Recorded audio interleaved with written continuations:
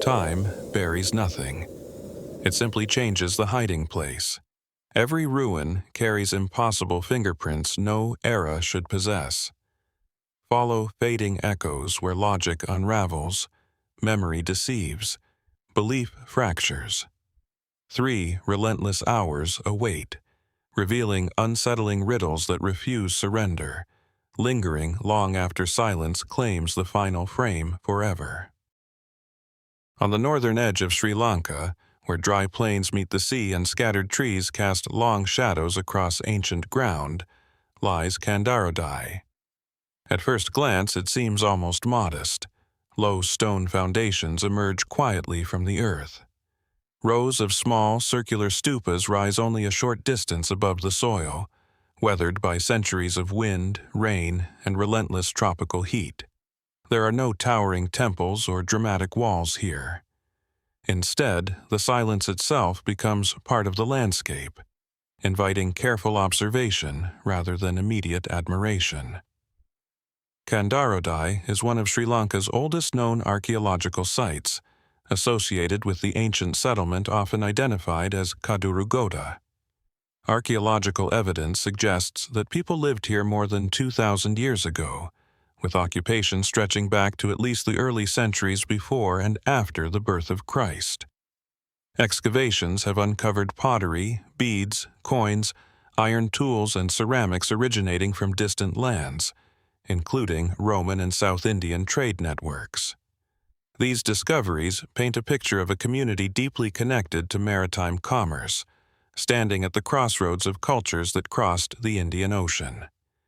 Yet, the most recognizable feature of Kandarodai remains its remarkable collection of miniature stupas.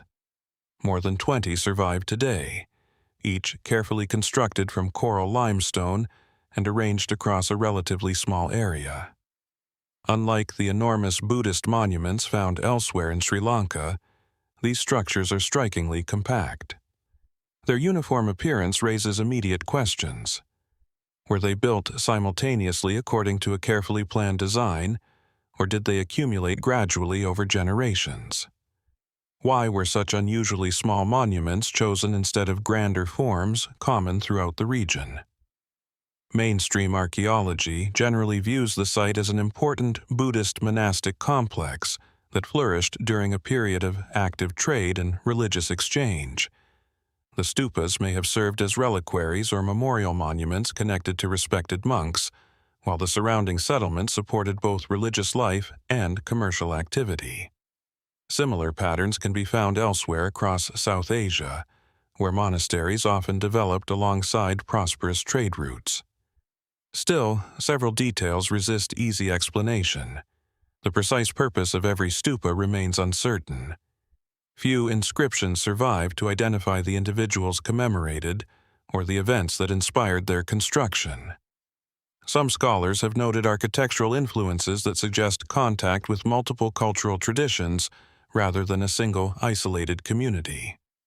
Others point to imported artifacts as evidence that travelers from distant regions may have visited, bringing not only goods but also ideas, beliefs, and artistic practices.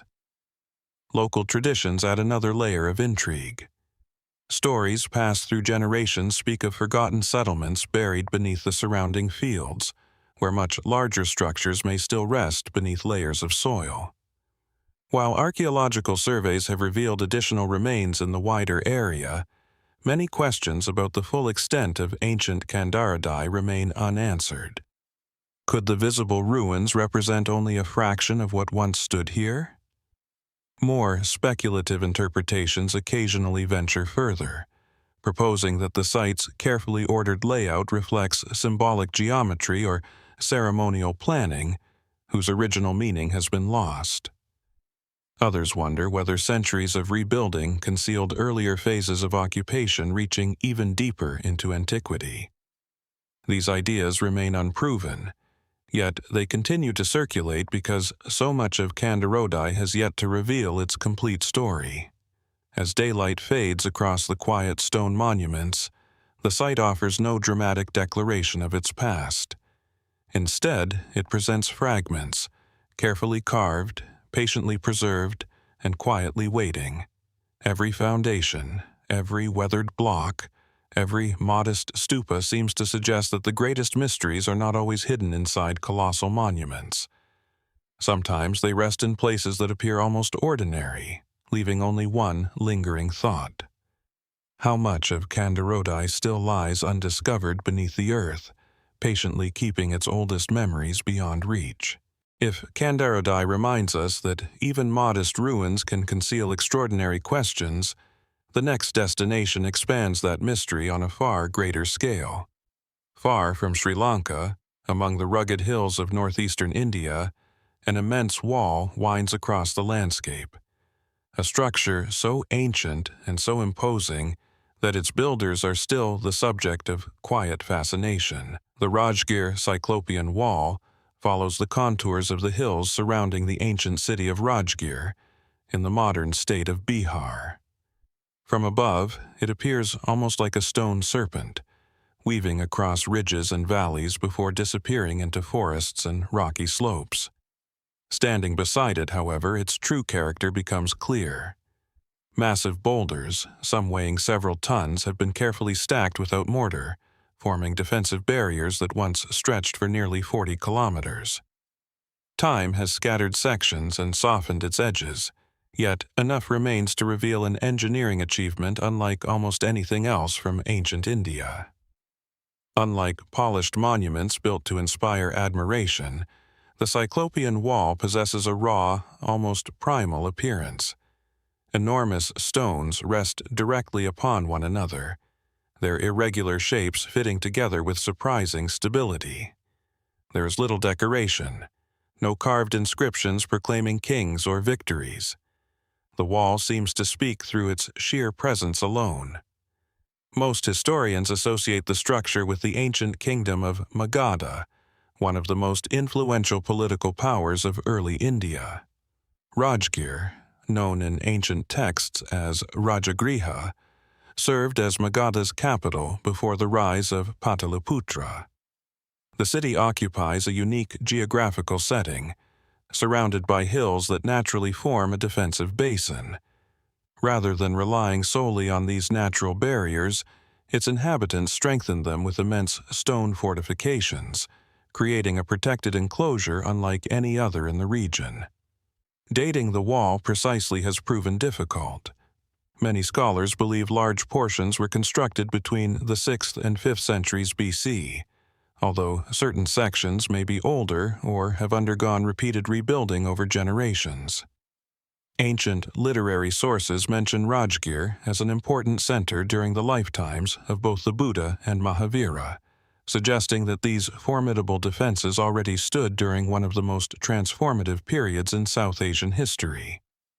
Yet, despite centuries of research, fundamental questions remain unanswered. Who organized such an ambitious project? How many workers were required to transport and position thousands of enormous stones across steep hillsides without modern machinery? Unlike later fortifications built with mortar and carefully shaped blocks, the Cyclopean wall relies almost entirely on gravity, balance, and the natural forms of the rocks themselves. Even after more than 2 millennia of earthquakes, monsoon rains, and vegetation growth, significant portions continue to stand. The term Cyclopean was borrowed by archaeologists from ancient Greek architecture, describing walls built from exceptionally large stones fitted together without mortar. The name does not imply any connection between Greece and India. Instead, it reflects a shared sense of astonishment. Early observers considered such massive construction so extraordinary that legends often attributed similar structures elsewhere to mythical giants. That comparison has inspired speculation extending well beyond conventional archaeology. Some researchers have wondered whether the wall reflects construction techniques inherited from an even earlier architectural tradition, one now almost entirely lost. Could generations of builders have preserved knowledge that predates written records in the region? Others point toward the remarkable adaptation of the wall to the surrounding landscape, suggesting that its builders possessed a sophisticated understanding of terrain, structural stability, and long-term durability that continues to impress modern engineers. More imaginative theories occasionally push further still. Certain writers have proposed that Rajgir may have held ceremonial or astronomical significance in addition to its defensive role. They note that sections of the wall appear to align with ridges and natural formations in ways that invite symbolic interpretation. Was every stone placed solely for military protection, or might parts of the structure also have reflected sacred geography? At present, archaeological evidence offers no definitive answer. Yet the question persists because so much of the ancient city's original layout remains buried or eroded. Excavations around Rajgir have uncovered gateways, habitation areas, religious sites, and artifacts spanning many centuries, revealing a city that evolved continuously rather than emerging all at once. Each discovery adds another piece to the historical puzzle while simultaneously exposing new gaps in the narrative. Even today, dense vegetation covers sections of the wall, concealing stretches that few visitors ever see. Beneath accumulated soil and fallen stone, additional features may still await careful excavation. Walking beside these weathered boulders, it becomes difficult not to imagine the countless generations who pass through these hills. Merchants, monks, rulers, soldiers, and travelers all encountered the same immense barrier rising from the landscape. To them, the wall may have represented security, authority, or spiritual symbolism. To us, it represents something equally compelling, a monument whose greatest achievement may not simply be its survival, but its ability to preserve uncertainty. The Rajgir Cyclopean wall does not offer dramatic inscriptions explaining its origins or builders. Instead, it leaves behind stone upon stone, arranged with deliberate purpose, yet guarded by silence. And perhaps that silence poses the most enduring mystery of all. After more than 2,000 years, are we looking at the complete story of Rajgir's ancient defenses, or merely the visible edge of something far larger, still resting beneath the hills? From the stone ramparts of Rajgir, where immense walls still guard unanswered questions, our journey moves westward into one of the harshest landscapes on Earth. Here, amid sweeping sands and rugged limestone escarpments, another ancient mystery waits, not hidden within mountains, but preserved beneath centuries of drifting dust. At the edge of the vast empty quarter, in southwestern Saudi Arabia, lie the ruins of Qaryat al-Faw. Today, the site appears isolated beyond imagination. Dry riverbeds cut through the surrounding plain, while the desert stretches toward the horizon in every direction. Wind moves across abandoned streets where voices once echoed through markets, temples, and homes. It is difficult to believe that this silent landscape was once one of Arabia's most prosperous urban centers. The remains emerge gradually from the sand. Stone buildings outline forgotten neighborhoods. Broken columns cast thin shadows beneath the relentless sun. Tombs carved into nearby cliffs overlook the settlement as though continuing an endless vigil. Fragments of painted walls, inscriptions, sculptures, and everyday objects hint at lives that unfolded here nearly 2,000 years ago, when caravans crossed Arabia carrying incense, spices, precious textiles, and ideas between distant civilizations. Qaryat al-Faw flourished from roughly the 4th century BC until the 4th century AD. It served as the capital of the kingdom of Kinda during part of its history and occupied a strategic position along ancient trade routes linking southern Arabia with Mesopotamia and the Mediterranean world. Merchants traveling across the peninsula found not merely a resting place here, but a thriving city filled with commerce, religion, craftsmanship, and cultural exchange. Archaeological excavations have transformed our understanding of ancient Arabia. Hundreds of inscriptions written in various scripts have been uncovered, providing rare glimpses into the languages, beliefs, and administration of the settlement. Excavators have revealed elaborate houses with central courtyards, marketplaces, workshops, wells, temples, and remarkably decorated tombs. Wall paintings depicting human figures, animals, and geometric patterns demonstrate an artistic tradition rarely associated with ancient desert communities. Yet, despite decades of research, Qaryat al-Faw continues to resist simple explanation. One of its greatest mysteries lies in its very existence.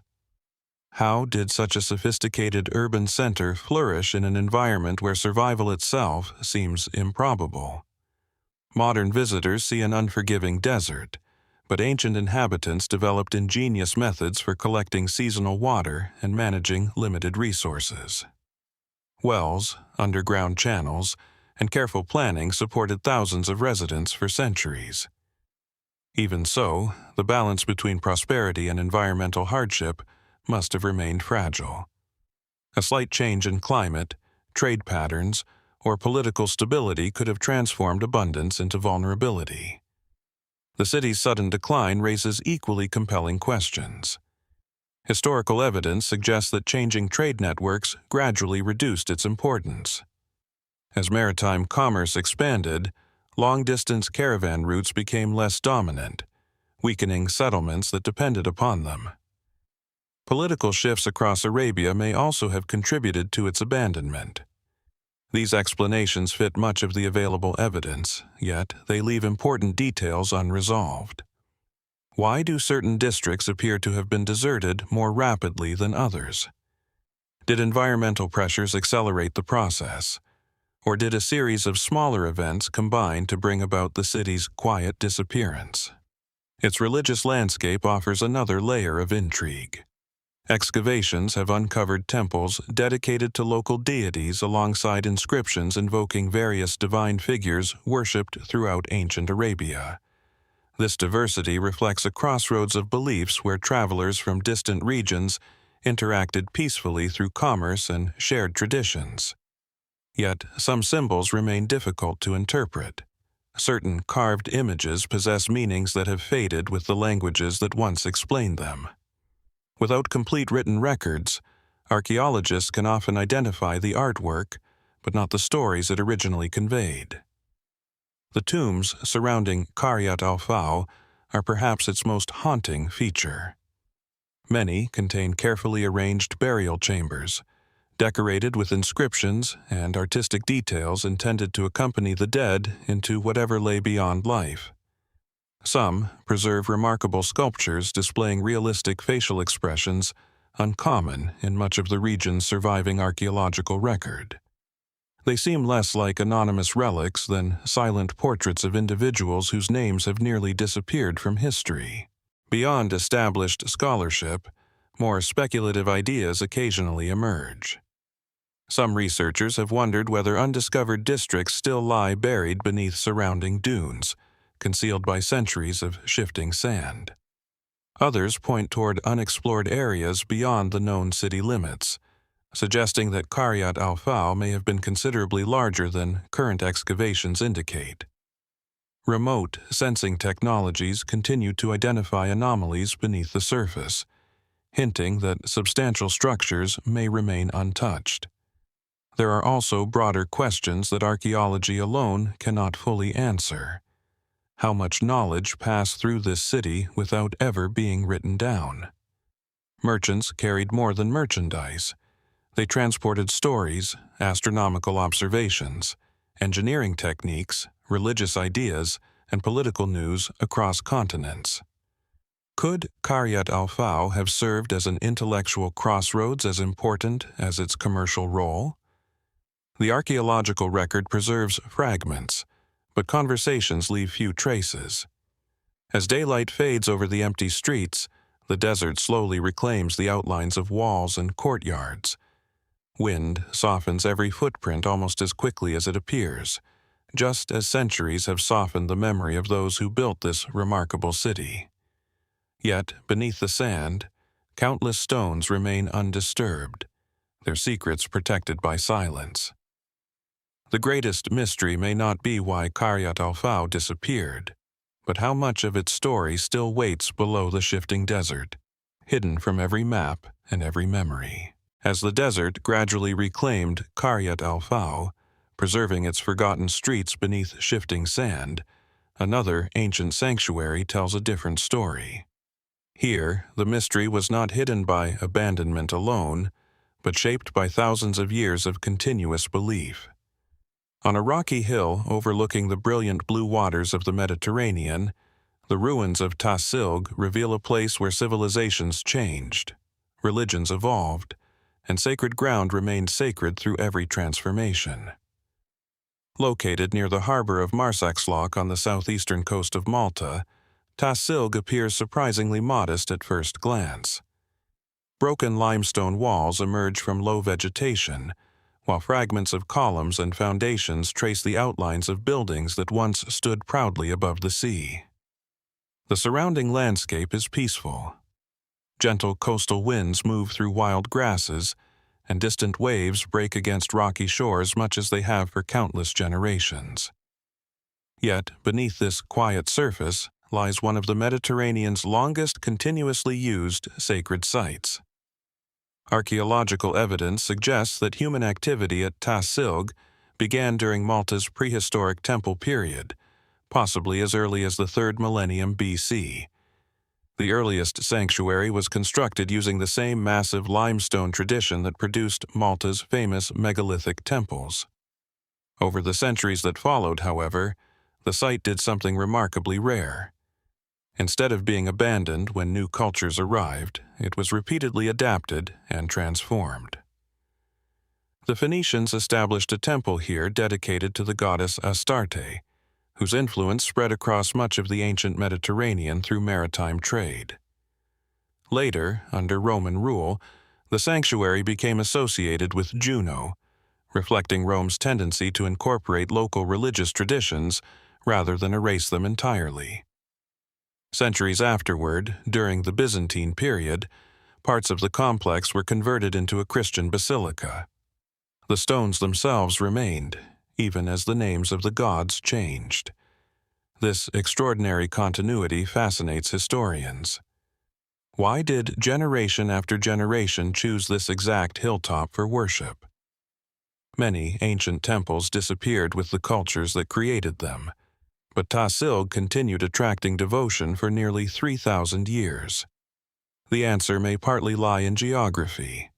Overlooking an important harbor, the sanctuary occupied a strategic location visible to sailors approaching Malta.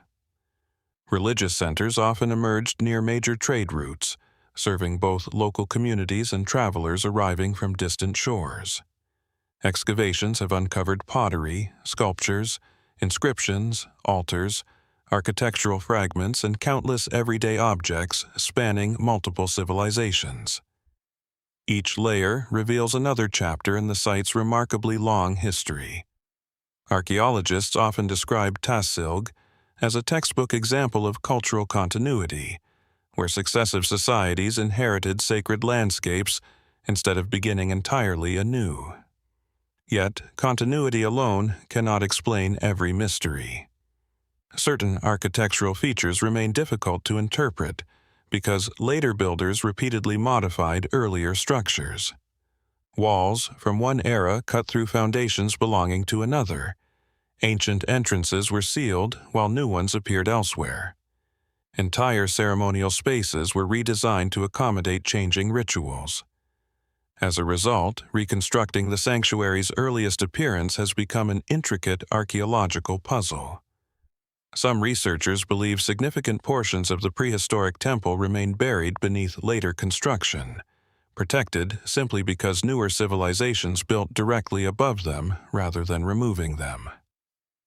Every excavation uncovers additional evidence, but each discovery also reveals new questions. How much of the original sanctuary still survives beneath the visible ruins? Could untouched chambers or ritual spaces remain hidden below centuries of accumulated stone? The site's religious symbolism adds another layer of intrigue. Throughout history, people associated Tas-Silġ with fertility, protection, navigation, and divine guardianship. Sailors crossing unpredictable Mediterranean waters may have viewed the sanctuary as a place to seek safety before dangerous voyages. Offerings discovered at the site suggest repeated acts of devotion extending across hundreds of years, performed by individuals whose languages, customs, and political loyalties differed dramatically. More speculative interpretations occasionally venture beyond established archaeology.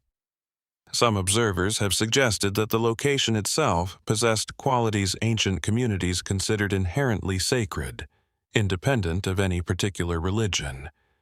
They point to the remarkable persistence of worship despite sweeping political and cultural change. Was the hill chosen simply because it overlooked an important harbor, or did generations believe the land itself possessed unusual spiritual significance?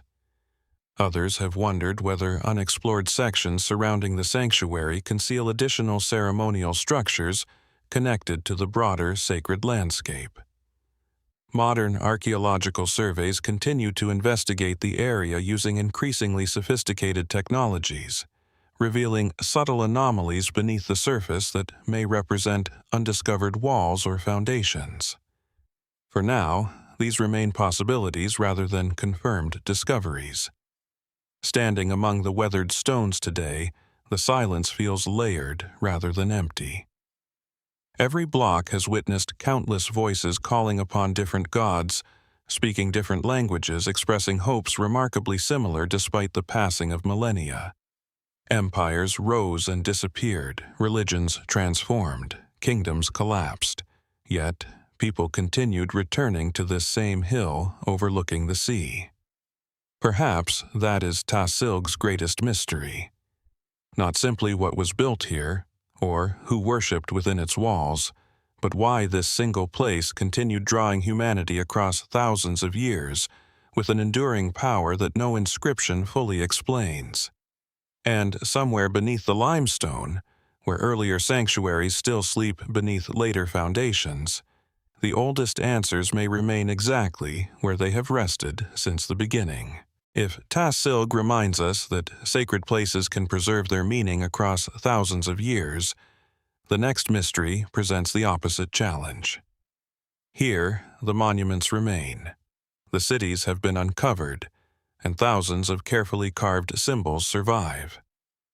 Yet, the voices behind them have fallen completely silent, leaving one of archaeology's greatest unsolved puzzles. Imagine holding a small square seal in your hand. It is carved from smooth white steatite, barely larger than the palm of your hand. Along its top edge runs a neat row of tiny symbols, carefully engraved signs depicting geometric shapes, fish-like figures, jars, tridents, loops, and abstract forms unlike any familiar alphabet. Beneath them stands the image of a powerful animal, perhaps a bull, an elephant, or the mysterious unicorn that appears repeatedly throughout the civilization's artwork. Every line was carved with remarkable precision. Every symbol was placed deliberately. Yet, no one alive can read a single word. This is the enduring mystery of the Indus Valley script. Between roughly 2600 and 1900 BC, the Indus Valley civilization flourished across what is now Pakistan and northwestern India. It was one of the world's earliest urban civilizations, comparable in scale to ancient Egypt and Mesopotamia. Cities such as Mohenjo-Daro, Harappa, Dholavira, and Lothal displayed astonishing levels of planning. Streets followed organized grids. Sophisticated drainage systems carried wastewater beneath neighborhoods. Standardized weights, carefully constructed warehouses, workshops, and extensive trade networks reflected a society of remarkable organization and technical skill. Yet, despite these impressive achievements, the civilization left behind almost no readable historical record. Instead, archaeologists have recovered more than 4,000 inscribed objects bearing what appears to be a writing system unlike any other. The symbols appear on seals, pottery, copper tablets, jewelry, tools, and other everyday objects. Most inscriptions are remarkably brief, often containing only 4 to 6 characters, while the longest known examples contain little more than 24 signs. At first glance, deciphering them might seem only a matter of time. But more than a century after their discovery, the script remains unread. The greatest obstacle is surprisingly simple. No bilingual inscription has ever been found. When scholars deciphered Egyptian hieroglyphs, they benefited from the Rosetta Stone, which presented the same text in multiple scripts. Mesopotamian cuneiform was eventually unlocked through multilingual inscriptions carved by ancient rulers. The Indus script offers no such key. Without a parallel translation or a known descendant, researchers must study the symbols almost entirely in isolation. Even the language hidden behind the script remains uncertain. Many scholars suggest it may represent an early Dravidian language, supported by linguistic and cultural clues that connect ancient populations of the region with later Dravidian-speaking communities. Others have proposed links to early Indo-Aryan languages or entirely separate linguistic families that have since disappeared. Still, others argue that the symbols may not represent spoken language in the conventional sense at all, but rather a sophisticated system of religious, administrative, or commercial notation. None of these ideas has achieved universal acceptance. The symbols themselves deepen the mystery. Roughly 400 distinct signs have been identified, although not all appear frequently. Certain characters almost always occur at the beginning of inscriptions, while others consistently appear near the end. Statistical analysis suggests that the order of the symbols follows meaningful patterns rather than random decoration. In many ways, they behave like writing. Yet, the inscriptions remain frustratingly short. Why would a civilization capable of constructing vast cities produce almost no lengthy texts? Were longer writings created on materials such as wood, cloth, leather, or palm leaves that simply decayed over thousands of years? Did libraries once exist, only to disappear completely beneath time and climate? Or was writing reserved for highly specialized purposes that required only brief inscriptions? The seals themselves raise additional questions. Many display carefully carved animals, unlike those found elsewhere in the ancient world. The famous unicorn motif appears on hundreds of examples despite resembling no known creature. Was it a mythical being, a religious symbol, a clan emblem, or something entirely different? Without understanding the accompanying script, every interpretation remains tentative. Modern technology has introduced new possibilities. Artificial intelligence, computational linguistics, and advanced statistical modeling now examine the script in ways impossible only decades ago. Researchers compare symbol frequencies, recurring sequences, and structural patterns with dozens of ancient writing systems. These methods have revealed increasing evidence that the inscriptions possess internal organization consistent with genuine written communication. Yet, recognizing structure is not the same as understanding meaning. More speculative theories occasionally move beyond mainstream scholarship.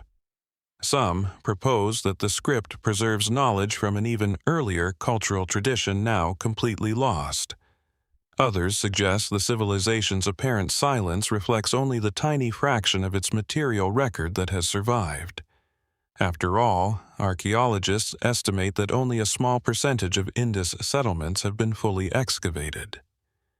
Vast areas remain buried beneath modern cities, farmland, and layers of ancient sediment. Perhaps somewhere beneath those untouched landscapes lies the missing inscription that changes everything: a longer text, a bilingual tablet, or an overlooked archive capable of giving voice to people who have remained silent for 4,000 years. Until then, every tiny seal stands as both a masterpiece of craftsmanship and a reminder that one of humanity's greatest civilizations still speaks in a language no one has yet learned to hear. If the Indus Valley script reminds us that entire civilizations can leave behind words no one can read, the next mystery shifts our attention from silent symbols to silent stone. High on an isolated plateau in central Spain, an ancient city appears to have been carved directly from the living rock itself. Its streets, reservoirs, homes, and passageways seem less constructed than revealed, as though the landscape had slowly transformed into a settlement whose deepest secrets remain locked within the cliffs. Tiermes rises above the surrounding countryside in the province of Soria, where winds sweep across rolling hills and red sandstone formations dominate the horizon. From a distance, the site blends almost perfectly into the natural terrain. Only as visitors draw closer do they begin to recognize straight lines where nature rarely creates them, stairways descending into solid rock, and walls emerging seamlessly from the plateau. It is a city that seems to belong to both geology and human imagination. Long before Roman influence reached this region, Tiermes was occupied by the Celtiberians, a collection of Iron Age peoples who developed distinctive cultures across much of the Iberian Peninsula. Archaeological evidence suggests that the settlement flourished for centuries before Roman forces gradually incorporated it into their expanding empire during the 2nd century BC. Rather than abandoning the existing city, the Romans transformed it, adding roads, public buildings, water systems, and administrative structures while preserving much of its remarkable rock-cut landscape. Today, the most striking feature of Tiermes is not what stands above ground, but what was carved beneath it. Entire streets have been cut directly into the sandstone. Deep channels guide rainwater across the settlement. Storage chambers, dwellings, and underground rooms emerge from the bedrock with astonishing precision. Massive staircases descend into spaces whose original purposes remain uncertain. Walking through the ruins feels less like exploring conventional architecture than navigating a carefully sculpted extension of the mountain itself. Mainstream archaeology explains much of this unusual design through practicality. The local sandstone is relatively soft, allowing ancient builders to carve large spaces using iron tools while creating structures naturally insulated from extreme seasonal temperatures. Rock-cut architecture also offered durability, requiring fewer construction materials than freestanding buildings. Yet, even with these practical advantages, Tiermes continues to inspire questions. How was such an extensive urban landscape planned across uneven terrain? Did generations of craftsmen gradually expand the city over centuries? Or did a coordinated vision guide its earliest development? Unlike many ancient settlements that spread organically over time, certain sections of Tiermes display remarkable consistency in layout, suggesting careful long-term planning that still impresses modern archaeologists. Its hydraulic engineering adds another layer of fascination. Channels, cisterns, and reservoirs collected and distributed precious water throughout the settlement despite its elevated position. Some systems remain only partially understood because later construction modified earlier features, while erosion has obscured important connections between different parts of the network. During periods of drought, these carefully engineered systems would have determined the city's survival. How much of this infrastructure still lies concealed beneath collapsed rock and accumulated soil? Excavations have revealed temples, houses, workshops, defensive walls, and traces of Roman public buildings, yet only portions of the ancient settlement have been fully explored. Large areas remain covered by centuries of sediment, leaving archaeologists with an incomplete map of the city's original extent. Every excavation season uncovers new details while simultaneously revealing additional mysteries. The city's relationship with Rome also raises intriguing possibilities. Historical records indicate that Tiermes became integrated into the Roman world, adopting elements of Roman administration and urban life. However, archaeological evidence suggests that local traditions continued alongside imperial influence rather than disappearing entirely. Indigenous construction methods, artistic styles, and cultural practices survived within a city increasingly connected to one of history's greatest empires. It was not simply conquered, it evolved. Beyond established scholarship, more speculative ideas occasionally emerge. Some researchers have wondered whether the earliest rock-cut sections predate the known Celtiberian settlement by a significant margin, perhaps originating from an even older phase of occupation that has yet to be fully identified. Others point to the unusual arrangement of carved spaces and passageways, suggesting that some areas may have served ceremonial purposes in addition to practical ones. Without inscriptions explaining their functions, these interpretations remain possibilities rather than conclusions. The surrounding landscape contributes its own quiet mystery. Caves, cliffs, and isolated rock formations extend well beyond the visible ruins, creating the impression that the city was once part of a much broader interaction between people and the natural environment.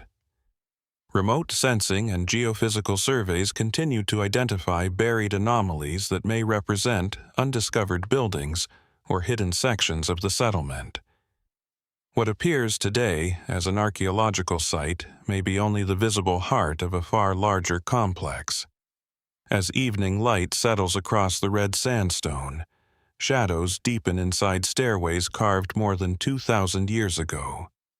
Wind moves through empty passages where countless footsteps once echoed, while the stone itself preserves every mark left by ancient tools.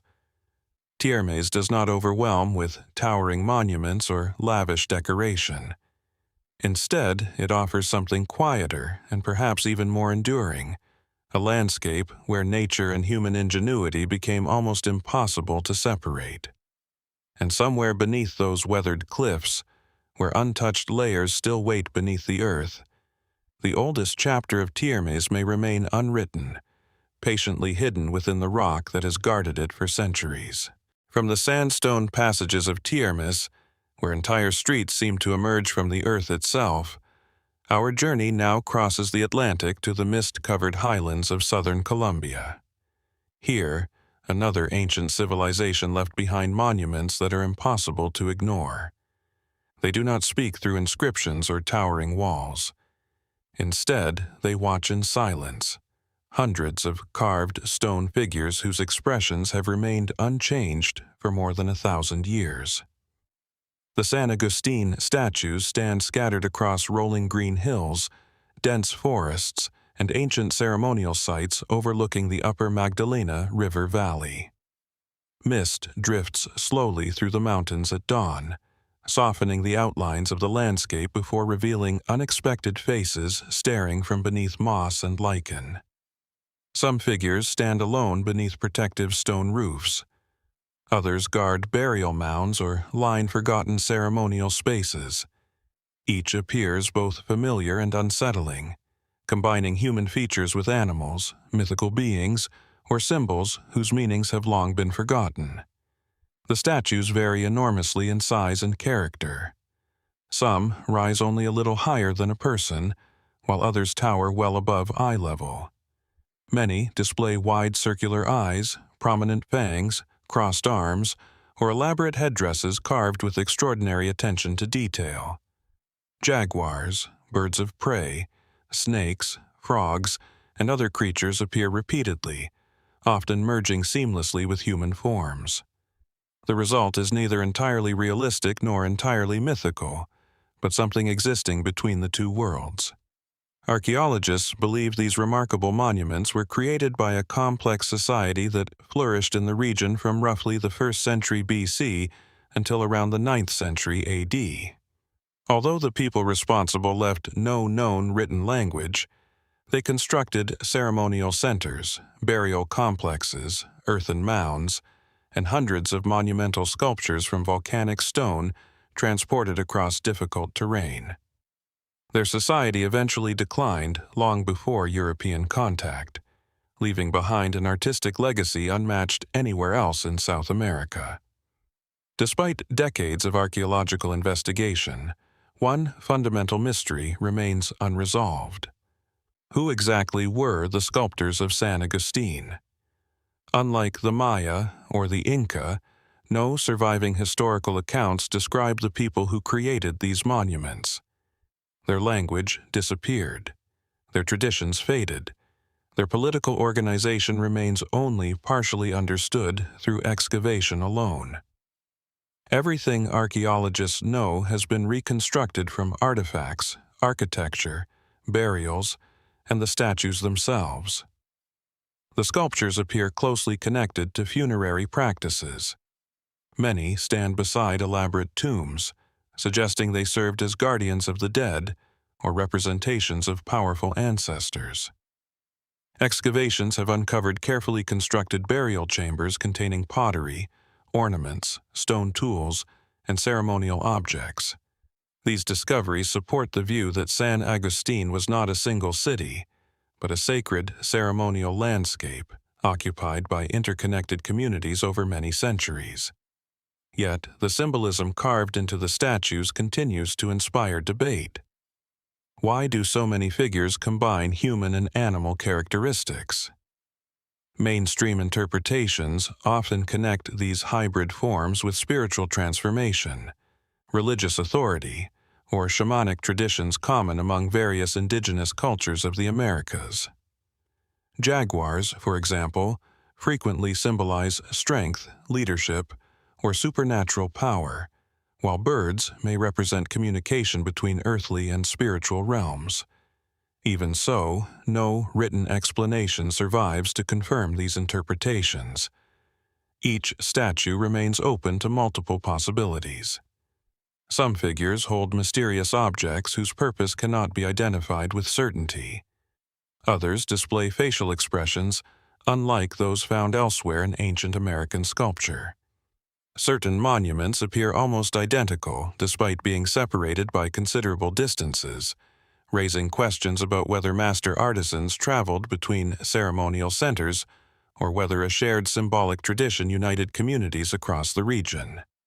The sheer effort involved in creating these monuments adds another layer of intrigue. Many statues were carved from dense volcanic rock, using relatively simple stone tools before being transported into position without wheeled vehicles or large domesticated animals. How were these immense sculptures moved across steep hillsides and river valleys? Archaeologists have proposed various methods involving wooden rollers, ropes, earthen ramps, and coordinated labor, yet the practical details remain subjects of ongoing investigation. Beyond established archaeology, more speculative theories occasionally emerge. Some observers suggest the statues preserve fragments of astronomical knowledge encoded through their placement and orientation. Others propose that certain ceremonial complexes align with seasonal events or surrounding mountains in ways not yet fully understood. While evidence for intentional astronomical planning remains inconclusive, researchers continue studying the broader landscape rather than examining individual monuments in isolation. There are also unanswered questions beneath the ground itself. Modern surveys indicate that numerous burial mounds and subsurface structures remain unexcavated throughout the San Agustín Archaeological Park and neighboring valleys. Every new excavation expands the known ceremonial landscape, suggesting that many important sites still lie hidden beneath vegetation and centuries of accumulated soil. Standing before one of these weathered guardians, it is difficult not to feel the weight of silent observation. The sculptor who carved its face understood exactly what every symbol meant. The people who gathered around it recognized its significance without explanation. Today, we can admire the craftsmanship, measure the stone, and analyze the archaeological evidence.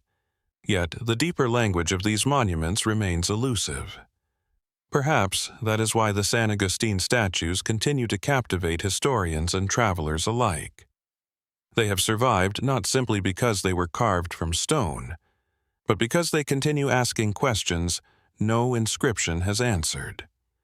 And somewhere among the mist-covered hills, where undiscovered monuments may still rest beneath the forest floor, the missing pieces of their forgotten world could still be waiting to emerge into the light. If the stone guardians of San Agustín seem to watch silently over the living world, the next mystery invites us to descend into one built for the dead. Hidden beneath the mountains of southwestern Colombia, an underground realm stretches beneath grassy hills, where carefully carved stairways spiral into chambers painted with symbols that have outlived the people who created them. The Tierradentro Hypogea lie within a rugged landscape of deep valleys, mist-covered ridges, and dense forests in Colombia's Cauca department. From the surface, the hills appear almost ordinary. Wild grasses ripple in the mountain breeze, while scattered trees cast shifting shadows across the ground. Only when archaeologists uncovered the entrances did the true nature of the landscape become apparent. Beneath these quiet slopes lies one of the most remarkable collections of underground tombs in the ancient Americas. The word hypogeum simply means an underground chamber. Yet the structures at Tierradentro are unlike ordinary graves. Narrow staircases descend through solid volcanic rock, spiraling downward into spacious circular rooms supported by carefully carved central columns. Every surface was shaped by human hands. Walls, ceilings, and pillars were painted with striking geometric patterns in red, black, and white pigments. Even after centuries beneath the earth, many of these designs remain astonishingly vivid. Stepping inside one of these chambers creates an immediate sense of separation from the outside world.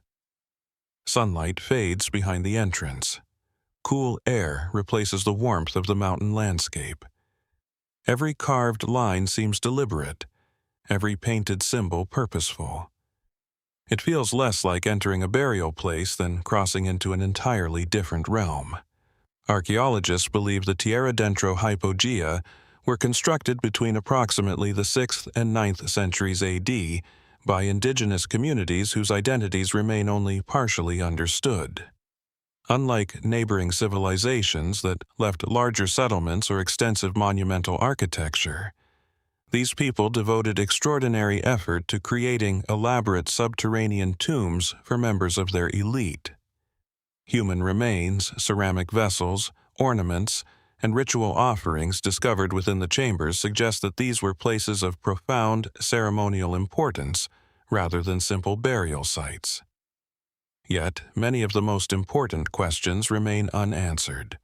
Who were the builders of these underground sanctuaries?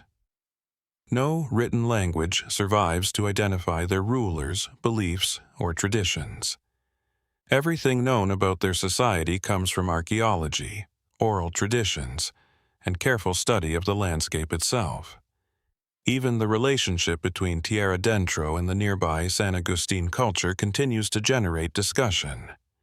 The similarities in certain artistic motifs suggest possible cultural connections, while significant architectural differences point toward distinct traditions that evolved independently.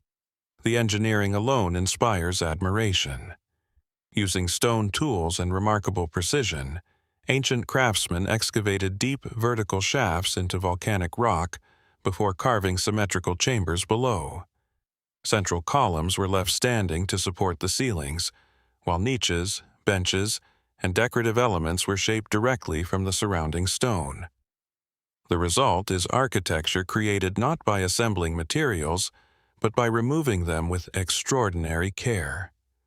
How were these spaces planned so accurately beneath the surface without modern surveying equipment? Even today, reproducing such underground geometry would require careful measurement and experience. The painted decorations introduce another layer of mystery. Bold zigzags, diamonds, spirals, triangles, and abstract figures cover the walls in repeating patterns. Some designs resemble textiles or body decorations still found among indigenous communities in parts of South America, leading many researchers to interpret them as symbolic expressions connected to ancestry, cosmology, or ritual identity. Others may represent ideas whose meanings disappeared long ago with the language that once explained them. Among the most intriguing features are the carved human-like faces that occasionally emerge from columns or walls. Their expressions remain calm, almost watchful, neither welcoming nor threatening. Were they intended to represent ancestors guarding the tombs, spiritual beings accompanying the dead, or symbolic figures marking the transition between the living world and whatever lay beyond? No inscription survives to answer. The surrounding landscape deepens the mystery further. Numerous burial mounds, ceremonial platforms, and smaller archaeological sites are scattered throughout the valleys surrounding the Hypogea. Rather than existing in isolation, the underground tombs formed part of a much larger sacred landscape, whose complete organization has yet to be fully understood. Modern archaeological surveys continue identifying previously unknown features hidden beneath vegetation and accumulated soil. Beyond mainstream interpretations, more speculative ideas occasionally arise. Some observers have wondered whether the underground chambers were designed to recreate sacred caves believed to connect different levels of the universe. Across many ancient cultures, caves symbolized places of transformation, birth, death, and communication with spiritual forces. Others suggest that the careful geometry and repeated patterns may reflect astronomical or cosmological concepts encoded into the architecture itself. While evidence for such theories remains limited, they persist because the symbolism carved into these chambers has never been fully deciphered. Time has also concealed countless details. Many tombs were disturbed by looting long before systematic archaeology began, removing artifacts that might have explained the rituals once performed here. Others remain unexcavated, sealed beneath untouched hillsides. Every new discovery raises the possibility that future excavations may reveal entirely new forms of underground architecture still hidden beneath the mountains. Standing at the entrance to one of these silent chambers, it becomes impossible to ignore the extraordinary commitment required to create spaces few living people were ever meant to inhabit for long. The builders invested immense effort in places destined to remain hidden beneath the earth, known only to those entrusted with ancient ceremonies. Perhaps the greatest mystery of Tierradentro is not how these magnificent hypogea were carved, but why their creators believed the world beneath the surface deserved beauty equal to, or perhaps greater than, the world above. And somewhere below these quiet hills, behind layers of untouched rock, there may still be unopened chambers patiently preserving answers that have waited for more than 1,000 years. If the underground chambers of Tierradentro preserve the careful rituals of those who honored the dead, the next mystery presents a haunting contrast. Here, death arrived without ceremony. No one returned to bury the victims. No memorial was raised. Instead, an entire community appears to have been frozen in its final moments, leaving behind one of the most unsettling archaeological discoveries in northern Europe. On the Swedish island of Öland, surrounded by windswept grasslands and the waters of the Baltic Sea, lies the circular stone fortress of Sandby Borg. From above, its shape is strikingly symmetrical. Thick limestone walls form a perfect ring, enclosing the remains of ancient houses arranged along narrow pathways. Birds nest among the weathered stones, and wildflowers now grow where families once lived. It seems peaceful, almost timeless. Yet, beneath this quiet landscape rests evidence of an event so sudden and so violent that archaeologists still struggle to explain it. Sandby Borg was one of several ring forts constructed on Öland during the Iron Age. Built around the 4th century A.D., it likely served as both a defended settlement and a place of refuge during uncertain times.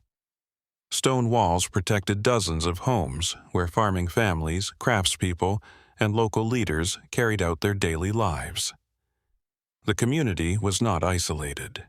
Imported Roman coins, luxury objects, and finely crafted jewelry found on the island demonstrate that even this distant region participated in wider trade and cultural networks stretching across Europe. For centuries, the fortress appeared little different from countless other archaeological ruins. Then the excavations began. Inside the houses, archaeologists uncovered human skeletons lying exactly where they had fallen. One elderly man was found collapsed beside his hearth. Another individual lay face down inside a doorway, as though attempting to escape. In one building, a body remained sprawled across the floor where death had interrupted ordinary life. There were no formal burials. No evidence suggested that relatives had returned to recover the dead. The victims had simply been left behind. Radiocarbon dating and archaeological evidence indicate that the massacre occurred during the late 5th century AD, a period marked by political instability across much of Europe following the gradual collapse of the Western Roman Empire. Yet, unlike battlefields where both sides suffered losses, Sandby Borg presents an unusually one-sided picture. Many of the recovered skeletons display injuries consistent with deliberate violence, particularly blows to the head delivered at close range. What happened inside those stone walls? The mainstream interpretation suggests that the settlement was attacked unexpectedly by a rival group. The inhabitants may have been caught entirely by surprise, leaving little opportunity to organize a defense. Once the violence ended, the attackers departed without occupying the fortress permanently. But one detail makes Sandby Borg profoundly unusual. The dead remained untouched. Across many ancient societies, burial carried enormous cultural and spiritual significance. Even during times of war, survivors often attempted to recover family members for proper funerary rites whenever circumstances allowed. At Sandby Borg, that never happened. For reasons still unknown, the bodies were abandoned exactly where they fell. Over time, roofs collapsed, walls decayed, and centuries of soil gradually covered the victims, preserving an almost unimaginable archaeological time capsule. The valuables remained as well. Excavations uncovered exquisite jewelry, gold ornaments, imported glass beads, silver objects, and Roman coins still inside the abandoned houses. If robbery had motivated the attack, why were so many valuable possessions left behind? Archaeologists have proposed that the massacre may have carried a symbolic purpose rather than an economic one. The settlement itself may have become forbidden after the violence, feared, or deliberately avoided by neighboring communities. Could Sandby Borg have become a place no one dared enter? Some researchers suggest that social taboos surrounding the massacre discouraged survivors from returning. Others believe the attack was intended as a public demonstration of power, with abandoned bodies serving as a lasting warning to rival communities. Without written records, however, these remain carefully considered possibilities rather than established facts. The demographic evidence deepens the mystery. Not every member of the settlement has been found. Archaeologists have recovered the remains of adults and elderly individuals, but relatively few children or younger women have been identified compared to what might be expected in a permanent community. Did some inhabitants escape before the attack reached them? Were captives taken away? Or do undiscovered parts of the fortress still conceal additional victims beneath unexcavated buildings? Only a fraction of Sandby Borg has been systematically explored. Large sections remain buried beneath grass and collapsed stone, preserving untouched archaeological deposits. Every excavation season reveals new details while raising fresh questions about the final hours of the settlement. Advanced forensic analysis continues examining skeletal injuries, ancient DNA, and environmental evidence in hopes of reconstructing the identities and relationships of those who lived and died within the fortress. Beyond mainstream archaeology, more speculative interpretations occasionally emerge. Local folklore has long associated abandoned places with restless spirits and lingering memories, and Sandby Borg has sometimes been woven into such traditions. Others have wondered whether the fortress was deliberately shunned for generations, because the violence carried profound religious or political meaning now lost to history. These ideas remain impossible to verify, yet they reflect the extraordinary emotional impact of a place where everyday life appears to have ended almost instantly. Walking through Sandby Borg today, silence settles naturally among the ruined walls. The empty houses reveal no dramatic monuments, only ordinary spaces where meals were prepared, tools were stored, and conversations once filled the air. That ordinary quality makes the mystery even more unsettling.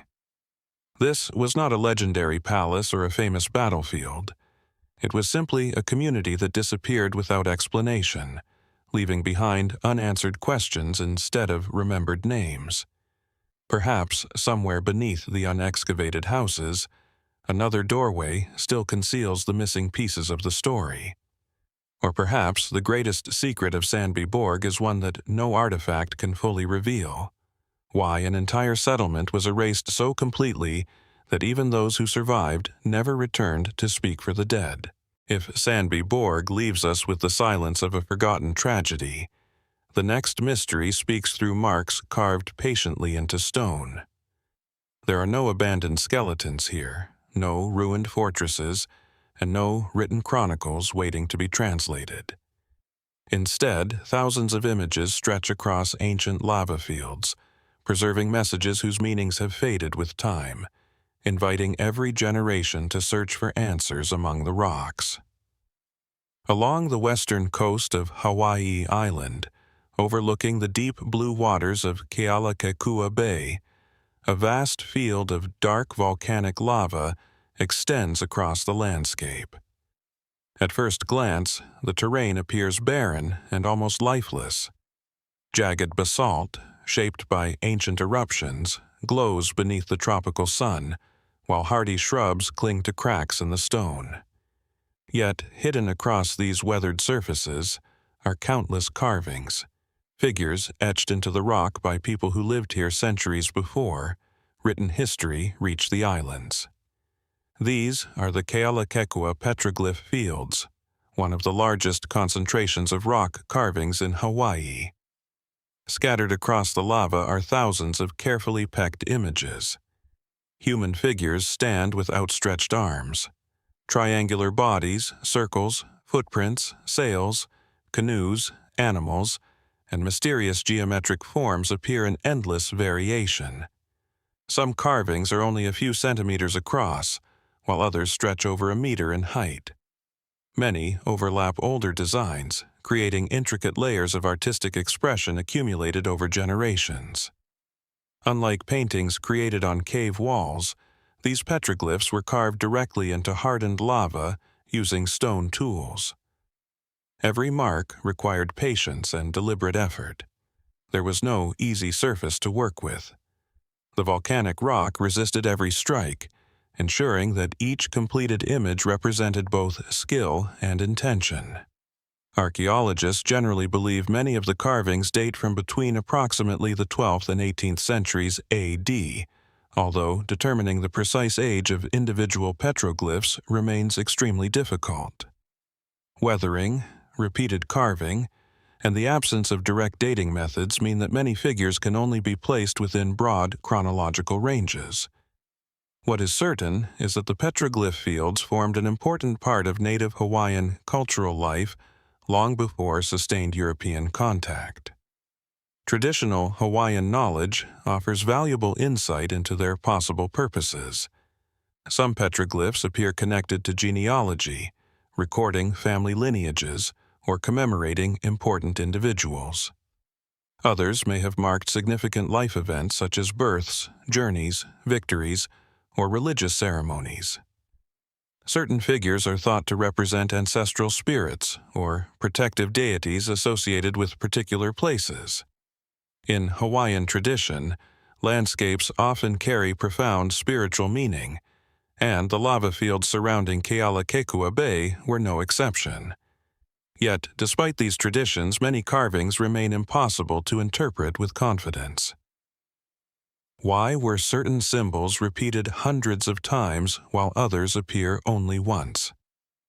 Why do some clusters contain almost exclusively human figures, while nearby groups emphasize abstract shapes or footprints?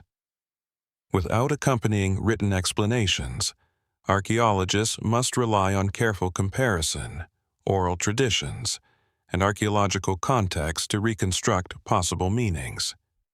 One particularly intriguing feature is the abundance of anthropomorphic figures. Many display distinctive postures, exaggerated limbs, or unusual proportions that seem deliberately symbolic rather than realistic. Some appear to hold objects, others seem to dance, gesture, or interact with neighboring figures. Were these portraits of real individuals, representations of legendary ancestors, or visual expressions of religious beliefs now only partially remembered? The volcanic landscape itself may hold part of the answer. Unlike softer stone that erodes gradually, basalt preserves carvings remarkably well once the darker weathered surface has been removed. Ancient Hawaiians may have selected these lava flows not simply because they provided durable surfaces, but because volcanic landscapes already possessed deep spiritual significance. Born from fire and continually reshaped by natural forces, they represented creation, transformation, and the immense power of the islands themselves. Modern archaeological surveys have revealed that the petroglyph fields extend across a much larger area than early researchers realized.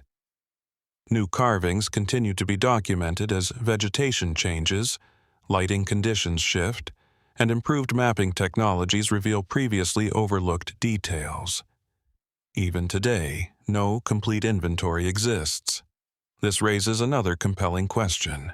How many images still remain hidden beneath layers of volcanic dust, vegetation, or natural weathering? Beyond mainstream interpretations, more speculative ideas occasionally emerge.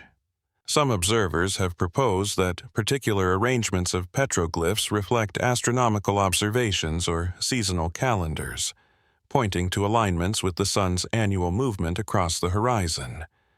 Others suggest that the carvings functioned as sacred maps connecting ceremonial sites throughout the surrounding landscape.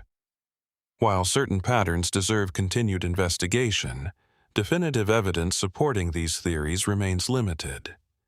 Perhaps the greatest challenge lies in understanding the carvings not as isolated works of art, but as parts of a living cultural tradition. Many meanings may have been transmitted orally rather than permanently recorded. Stories, chants, rituals, and ceremonies could once have explained every figure with perfect clarity.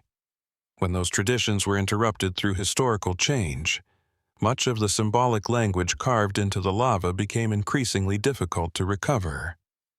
Walking across the black volcanic stone today, surrounded by thousands of silent figures, it is impossible not to sense the extraordinary patience of those who created them. Each image represents a deliberate act of memory, belief, or communication preserved against the relentless passage of time. The rocks still carry their messages with remarkable fidelity. What has faded is not the carvings themselves, but the shared understanding that once brought every line to life.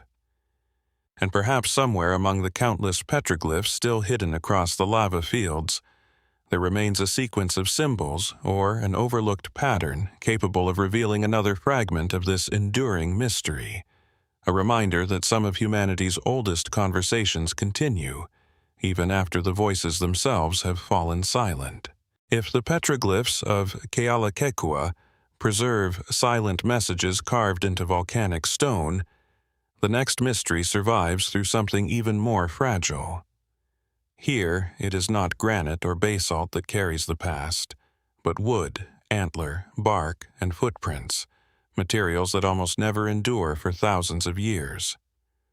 Against every expectation, an ancient wetland in northern England has preserved fleeting traces of human lives so completely that they continue to challenge everything we thought we knew about Europe's earliest post-Ice Age communities. Hidden beneath quiet farmland near Scarborough in North Yorkshire lies Star Carr, one of the most extraordinary Mesolithic archaeological sites ever discovered. Today, the landscape appears peaceful. Reeds sway gently beside shallow wetlands, birds circle overhead, and soft mist often hangs above the low ground during early mornings. It is difficult to imagine that nearly 11,000 years ago, this same place stood beside the shores of an immense prehistoric lake, surrounded by dense birch and pine forests where elk, red deer, wild cattle, wolves, beavers, and countless other animals moved through a world only beginning to recover from the last ice age. When archaeologists first excavated the site in the 20th century, they expected to find little more than scattered stone tools. Instead, the waterlogged soil revealed something astonishing. Organic materials had survived. Wooden platforms, worked branches, antler tools, animal bones, plant remains, woven fibers, and even fragments of ancient structures emerged from the peat in remarkable condition. Normally, such materials decay within decades or centuries. At Star Carr, the oxygen-poor environment protected them for more than 10,000 years, creating an archaeological archive unlike almost any other in Europe. Radiocarbon dating places the site's primary occupation around 9000 BC, making it one of the earliest known settlements in post-glacial Britain. At a time when agriculture had not yet reached Europe and people lived by hunting, fishing, and gathering, the inhabitants of Star Carr constructed wooden walkways along the lakeshore, crafted sophisticated tools from antler and bone, and repeatedly returned to this landscape over generations. Perhaps the site's most famous discoveries are the remarkable red deer headdresses. Fashioned from complete deer skulls with carefully modified antlers still attached, these extraordinary objects immediately captured the imagination of archaeologists. The interiors had been painstakingly hollowed out, allowing them to be worn over the head. Small perforations suggest they may have been secured with leather straps or bindings. But why were they made? The practical explanation is straightforward. Hunters may have worn the headdresses while stalking deer, disguising themselves among the animals to approach more closely. Similar techniques have been documented in various hunting cultures throughout history. Yet, not every researcher is convinced this was their only purpose. Some archaeologists believe the elaborate craftsmanship exceeds what would have been necessary for simple camouflage. Wear patterns and deposition context suggest that at least some headdresses may have played ceremonial roles, perhaps used during rituals involving transformation, storytelling, or communication with the spiritual world. Across many hunter-gatherer societies, animals occupied central places in religious belief, often viewed not merely as prey, but as powerful beings deserving respect and ritual attention. Without written records, certainty remains impossible. The lakeshore itself presents another enduring mystery. Excavations uncovered a carefully constructed timber platform extending into the ancient water. Hundreds of split wooden poles were deliberately placed to create a stable surface along the lake's edge. Such engineering required planning, cooperation, and repeated maintenance. Why invest such effort in a lakeside structure? Perhaps it served as a place for launching watercraft, processing animal carcasses, or accessing fishing grounds. Others suggest it functioned as a gathering place where important social or ceremonial activities occurred. Nearby, archaeologists recovered carefully deposited artifacts, including antler frontlets, animal remains, and worked objects that appear to have been intentionally placed into the water rather than accidentally discarded. This pattern has encouraged broader interpretations. Could the lake itself have been regarded as sacred? Throughout later European prehistory, lakes, rivers, and wetlands frequently became locations where valuable objects were deliberately offered rather than lost. Some researchers wonder whether Carr preserves one of the earliest known examples of this tradition, suggesting remarkable continuity in ritual behavior across thousands of years. The site's evidence for daily life is equally revealing. Tiny flint blades, woodworking tools, hearths, food remains, and traces of shelters indicate repeated occupation rather than a single brief visit. Yet, archaeologists continue debating whether Carr functioned as a permanent settlement, a seasonal hunting camp, or a ceremonial meeting place visited at particular times of year. Different lines of evidence support different possibilities, and the site may have served multiple purposes throughout its long history. Environmental reconstruction has transformed our understanding even further. Preserved pollen grains, seeds, insects, and microscopic organisms allow scientists to recreate the surrounding landscape in extraordinary detail. Rather than inhabiting a harsh wilderness, the people of Carr lived within a rich mosaic of forests, marshes, and open water supporting exceptional biodiversity. Even so, many aspects of their lives remain elusive. How did they organize their communities? What stories did they tell around their fires? How did they understand the dramatic environmental changes unfolding around them as glaciers retreated and new ecosystems emerged? These questions leave few direct archaeological traces. More speculative ideas occasionally push beyond conventional interpretations. Some researchers have proposed that the unusual concentration of ritual objects reflects gatherings involving multiple communities rather than a single local group. Others suggest that Carr occupied a unique position within wider seasonal migration routes extending across northern Europe. While evidence continues to accumulate, the full social significance of the site remains uncertain. Modern conservation has introduced an unexpected urgency to the mystery. Ironically, the same wetlands that preserved Carr for millennia are now changing. Shifts in groundwater levels and chemical conditions have accelerated the deterioration of organic remains, meaning that archaeological evidence surviving since 9000 BC may now be disappearing within decades. Every excavation becomes a race against time, recovering information before nature reclaims it forever. Standing beside what was once the edge of the ancient lake, it is remarkable to consider how fragile the survival of this place truly is. The wooden platform, the deer headdresses, the footprints of daily life, all endured through an extraordinary combination of chance and environment. They allow us to glimpse people separated from us by 11,000 years, not as distant abstractions, but as skilled craftspeople, hunters, builders, and perhaps spiritual thinkers whose world was far more complex than once imagined.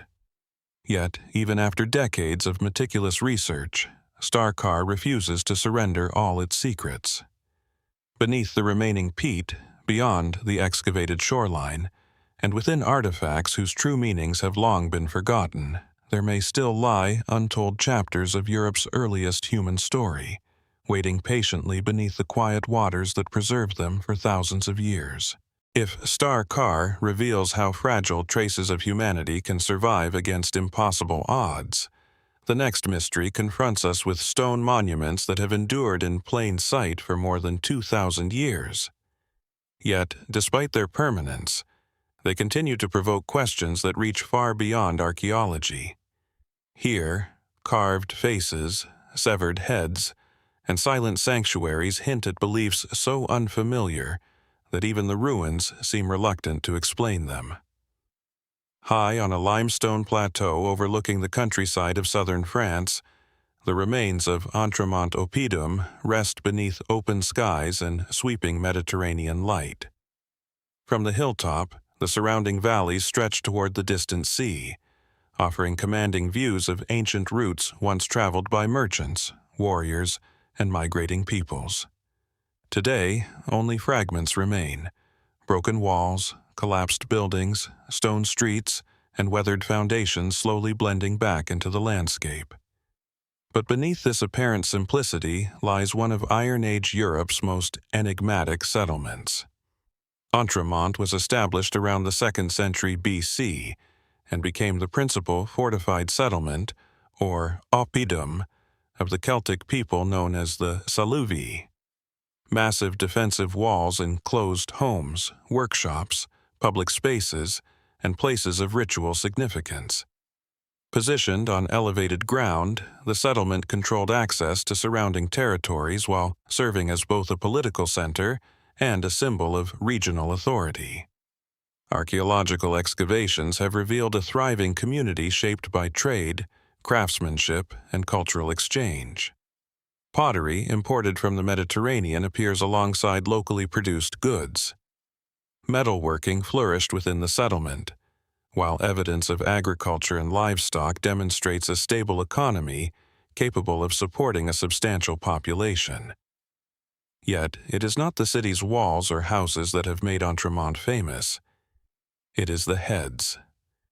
Scattered throughout the site, archaeologists uncovered extraordinary stone sculptures, unlike almost anything else from Iron Age Europe. Some depict seated figures holding severed human heads across their laps. Others portray stern faces with deeply carved eyes and rigid expressions. Stone pillars contain carefully carved niches, each seemingly designed to display actual human skulls. These discoveries immediately raised unsettling questions. Were these symbolic representations? Or had real human heads once been placed within these stone recesses? Classical Greek and Roman writers described Celtic warriors as collecting the heads of defeated enemies, believing them to possess spiritual or symbolic power. For generations, many historians treated these accounts cautiously, recognizing that ancient authors often exaggerated the customs of foreign peoples. Then, archaeology began uncovering physical evidence that appeared remarkably consistent with portions of those descriptions. At Entremont, actual human skull fragments have been discovered near sculpted niches. Some bear indications suggesting deliberate preparation after death. While the exact interpretation remains debated, the archaeological evidence strongly suggests that severed heads played an important ceremonial role within the community. Why? One widely accepted interpretation connects the practice with ancestor veneration, military prestige, or religious symbolism. In many ancient cultures, the human head represented identity, courage, wisdom, or the enduring essence of an individual. Displaying the heads of enemies may have expressed victory in battle, while preserving the remains of respected leaders may have honored ancestral power. Even so, the precise meaning remains elusive. The sculptures themselves deepen the mystery. Unlike later Roman art, emphasizing realism, the carved figures at Entremont possess a strikingly stylized appearance. Their expressions remain calm, almost detached, regardless of whether they hold weapons or human heads. Was this artistic convention, or did it communicate ideas modern viewers no longer understand? Several seated statues appear almost regal, dressed in carefully detailed garments and jewelry. Some scholars interpret them as depictions of local rulers or elite warriors.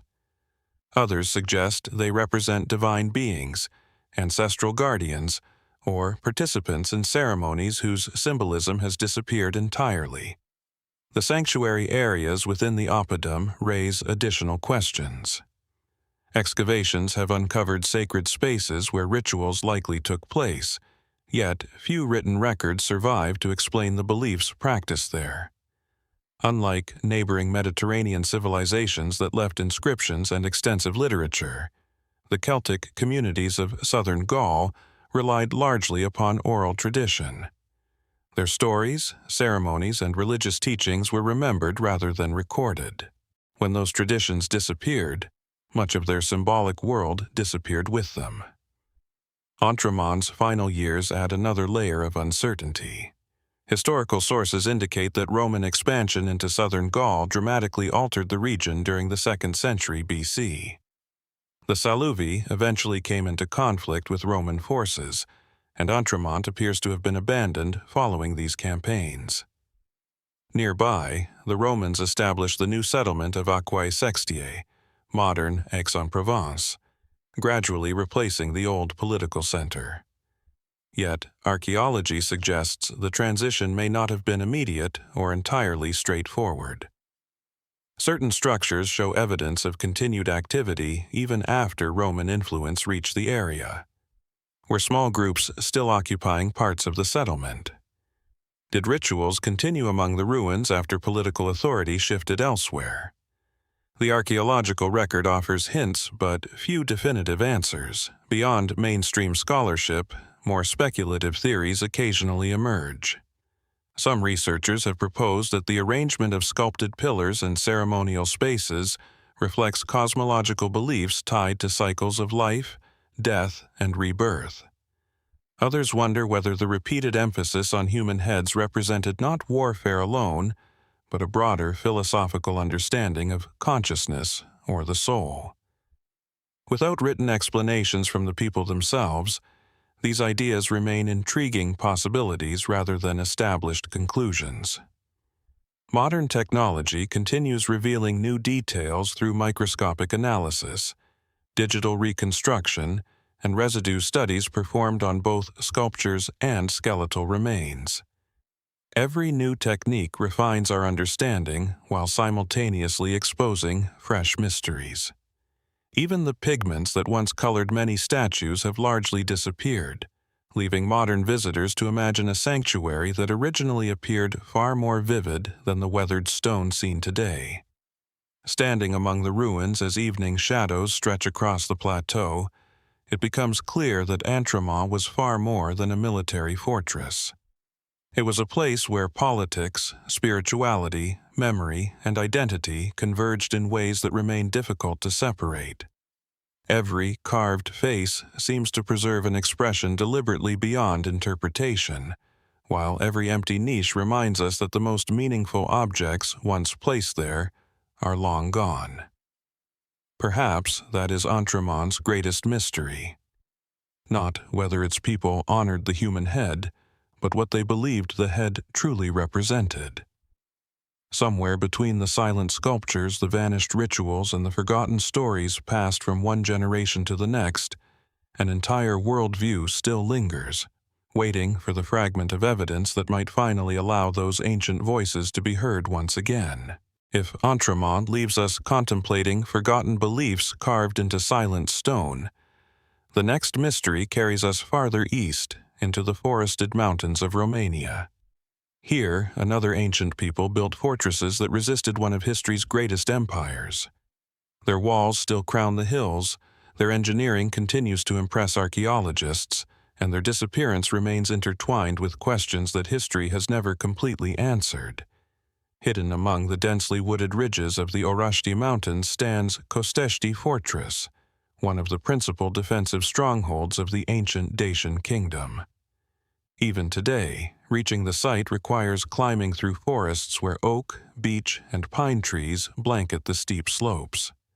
Mist often drifts through the valleys at sunrise, while the mountain silence is broken only by birdsong and the rustling of leaves. It is an ideal place for a fortress, remote, commanding, and naturally protected by the rugged landscape. As the trees begin to thin, enormous limestone blocks emerge from the hillside. Their carefully cut faces still fit together with remarkable precision, despite more than 2,000 years of exposure to wind, rain, frost, and shifting earth. The walls follow the contours of the mountain rather than forcing the mountain to conform to them, creating the impression that the fortress grew naturally from the landscape itself. Costești was constructed during the 1st century BC as part of an extensive network of Dacian fortifications, defending the kingdom's mountainous heartland. Together with nearby strongholds such as Blidaru and Sarmizegetusa Regia, it formed a sophisticated defensive system that protected the political and religious center of one of ancient Europe's most formidable civilizations. The Dacians themselves remain among the most intriguing peoples of the ancient world. Classical Greek and Roman writers described them as skilled warriors, accomplished metalworkers, and determined defenders of their independence. Their kingdom reached remarkable strength under King Burebista and later under King Decebalus, whose prolonged resistance against the Roman Empire became legendary. Yet, despite their importance, much of Dacian society remains hidden behind fragments of archaeology and the often biased accounts of foreign observers. Costești provides one of the clearest windows into that lost world. Excavations have uncovered defensive walls, watchtowers, storage buildings, workshops, water systems, and residential areas. Archaeologists have also discovered evidence of iron production, agricultural activity, and sophisticated woodworking techniques. These finds reveal that the fortress functioned not simply as a military outpost, but as a thriving community capable of supporting prolonged occupation during times of conflict. Its construction is particularly fascinating. The fortress incorporates the distinctive Murus dacicus technique, a method combining carefully cut limestone blocks with timber beams and compacted earth. This hybrid design created walls that were both exceptionally strong and surprisingly resilient against impact. Modern engineers continue to admire the effectiveness of this construction, especially considering the limited technology available at the time. How did Dacian builders develop such advanced defensive architecture? Was it an entirely local innovation, or did it evolve through contact with neighboring cultures? Archaeological evidence suggests influences from both the Celtic world and the Mediterranean, yet the final design remained uniquely Dacian. The strategic placement of Costești raises further questions. Rather than standing alone, the fortress occupied a carefully selected position within a wider network of mountain strongholds. Visual communication between nearby fortresses may have been possible using signal fires or other methods, allowing rapid coordination across difficult terrain. Some researchers believe this network represented one of the most sophisticated defensive systems in Iron Age Europe. But how extensive was it? Dense forests continue to conceal traces of ancient roads, terraces, and settlements surrounding the known fortifications.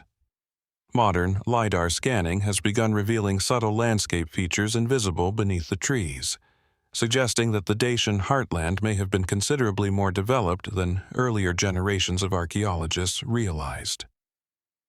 The Roman conquest of Dacia adds another layer of mystery. Historical records describe the fierce campaigns led by Emperor Trajan during the early 2nd century AD. Following years of conflict, the Dacian capital eventually fell, and much of the kingdom became part of the Roman Empire. Costești itself appears to have suffered destruction during these campaigns. Yet archaeology reveals a more complicated picture than simple conquest. Some structures show evidence of careful dismantling rather than catastrophic collapse. Others appear to have remained standing for some time after the fighting ended. Did parts of the local population continue living nearby under Roman administration? Were certain sacred places deliberately abandoned while others retained their significance? The surviving evidence offers possibilities, but few definitive answers. Religion introduces perhaps the greatest uncertainty. The Dacians were known to possess a highly developed spiritual tradition centered on the mysterious figure of Zalmoxis, described by ancient authors as a divine teacher, philosopher, or immortal deity. Exactly how these beliefs influenced fortresses such as Costești remains uncertain. Nearby sanctuaries discovered elsewhere in the Dacian heartland suggest that military and religious landscapes were closely connected, but the specific ceremonies practiced within or around Costești have left little direct evidence. Beyond established archaeology, more speculative ideas occasionally emerge. Some researchers have suggested that the placement of Dacian fortresses followed symbolic relationships with mountain peaks, rivers, or celestial events, creating a sacred geography extending across the region. Others have wondered whether unexplored underground features still exist beneath the visible ruins, perhaps including storage chambers, ritual spaces, or hidden escape routes concealed by centuries of collapse. While such ideas remain unconfirmed, ongoing archaeological surveys continue revealing previously unknown features beneath the surrounding terrain. Metalworking at Costești has also inspired curiosity. The Dacians were renowned for their mastery of iron, and discoveries of furnaces, tools, and weapons suggest an impressive level of technological expertise. Ancient writers frequently praise the quality of Dacian weaponry, yet many production techniques remain only partially understood. How much knowledge disappeared after the Roman conquest? Were certain methods passed quietly into later generations, or were they lost forever alongside the kingdom itself? As twilight settles across the mountain ridges, the fortress begins to disappear back into the forest from which it emerged. Moss slowly covers the limestone blocks, roots weave through abandoned foundations, and birds nest where sentries once watched the valleys below. The silence feels remarkably complete, yet every stone hints at a civilization whose greatest achievements may still lie hidden beneath the trees. Perhaps the enduring mystery of Costești is not simply how its walls were built or how its defenders fought, but how much of the Dacian world remains concealed beyond the excavated ruins. Somewhere beneath the forests of the Orashtia Mountains, untouched foundations, forgotten roads, and buried sanctuaries may still be waiting, preserving chapters of a civilization that refused to surrender its secrets, even after the empire that defeated it became history itself. If the mountain strongholds of Costești remind us that entire kingdoms can disappear into forests, the next mystery leads us to a place where land and water have spent centuries rewriting the landscape itself. Here, an ancient city stands on the edge of a vast lagoon, where shifting shorelines, forgotten harbors, and buried ruins blur the boundary between recorded history and what still waits beneath the earth. On the eastern edge of Romania, overlooking the quiet waters of Lake Razim near the Danube Delta, lie the weathered remains of Argamum, also known in ancient sources as Orgame. Today, the site feels wonderfully isolated. Reeds sway along the shoreline, migratory birds circle overhead, and gentle winds ripple across the lake before disappearing into one of Europe's largest wetlands. The silence is almost complete, interrupted only by distant calls of waterfowl and the sound of waves brushing against ancient stone. It is difficult to imagine that this peaceful landscape once stood at the crossroads of maritime trade, cultural exchange, and imperial ambition. Argamum is widely regarded as one of the earliest Greek colonies established on the western coast of the Black Sea. Archaeological evidence suggests that settlers from Miletus founded the city during the 7th century BC, making it one of the oldest urban settlements in the region. Positioned near the mouths of the Danube, the colony occupied an ideal location for commerce between the Mediterranean world and the vast interior of Eastern Europe. Ships carrying olive oil, wine, pottery, metals, grain, and luxury goods likely anchored nearby, transforming the settlement into a vibrant meeting point between Greek colonists and the indigenous communities already living across the surrounding plains. Centuries passed, and Argamum evolved continuously. Greek influences blended with local traditions. Later, Roman administration reshaped the city's defenses and infrastructure. Byzantine occupation followed, adapting existing buildings to changing political realities. Each civilization left traces without completely erasing those that came before, creating an archaeological landscape layered with more than 1,000 years of uninterrupted human history. Walking through the ruins today, fragments of stone walls emerge from grassy hillsides overlooking the lake. Foundations of homes, public buildings, fortifications, churches, and defensive towers stretch across the ancient settlement. Broken columns lie where they fell centuries ago, while scattered pottery fragments still surface after heavy rains. Yet despite decades of excavation, much of Argamum remains unexplored. One reason is surprisingly simple. The landscape itself has changed dramatically. During antiquity, the city overlooked an open bay connected directly to the Black Sea. Over countless generations, natural sediment carried by the Danube gradually reshaped the coastline, forming lagoons, marshes, and sand barriers that transformed the ancient harbor into the inland lake visible today. This geological evolution creates one of Argamum's greatest mysteries. Where exactly was its harbor? Ancient ports rarely survive unchanged. Shorelines move, rivers shift, sediment buries docks beneath meters of mud. Archaeologists continue studying ancient coastlines through geological surveys, underwater archaeology, and sediment analysis. Yet the precise relationship between the city and its maritime infrastructure remains only partially understood. Could portions of Argamum's harbor still lie hidden beneath the waters of Lake Razim? Or do they rest beneath layers of sediment deposited over nearly 2,000 years? The city's fortifications raise equally compelling questions. Massive defensive walls protected the settlement during periods of instability, particularly under Roman and Byzantine rule. Gates controlled access to the city, while towers overlooked both land and water approaches. These defenses suggest Argamum occupied a strategically valuable position worth defending for centuries. But from whom? Historical records describe repeated invasions across the region involving Goths, Huns, Avars, Slavs, and numerous other migrating peoples. Archaeological evidence confirms episodes of destruction and rebuilding, yet matching individual events with specific historical accounts often proves remarkably difficult. Each collapsed wall preserves evidence of conflict without always revealing its cause. Religion also left a profound mark upon the city. Excavations have uncovered one of the earliest known Christian basilicas in the region, reflecting Argamum's transformation during late antiquity. Yet beneath these Christian structures lie earlier Greek and Roman layers containing temples, altars, and inscriptions dedicated to entirely different gods. This continuity mirrors a pattern seen at several ancient sacred sites. Rather than abandoning spiritually significant places, successive communities often adapted them to new beliefs. Was this practical convenience, cultural continuity, or an acknowledgement that certain locations possessed enduring importance independent of changing religions?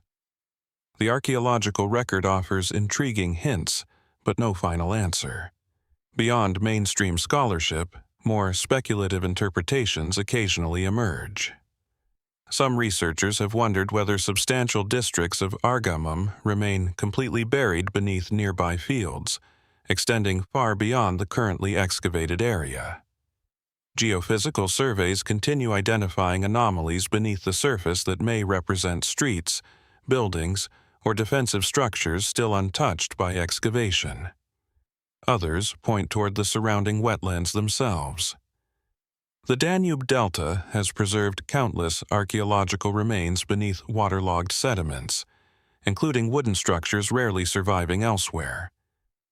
Could organic materials from ancient Argamum, boats, docks, tools, or everyday objects still rest beneath layers of mud where oxygen has never reached them? If so, future discoveries could transform our understanding of life within the colony. The written record deepens the mystery rather than resolving it. Ancient authors mention Argamum only briefly, leaving long periods of its history almost entirely undocumented. Archaeology therefore carries the burden of reconstructing centuries of political change, trade, religion, and daily life without detailed contemporary narratives. Every inscription recovered from the ruins becomes enormously valuable.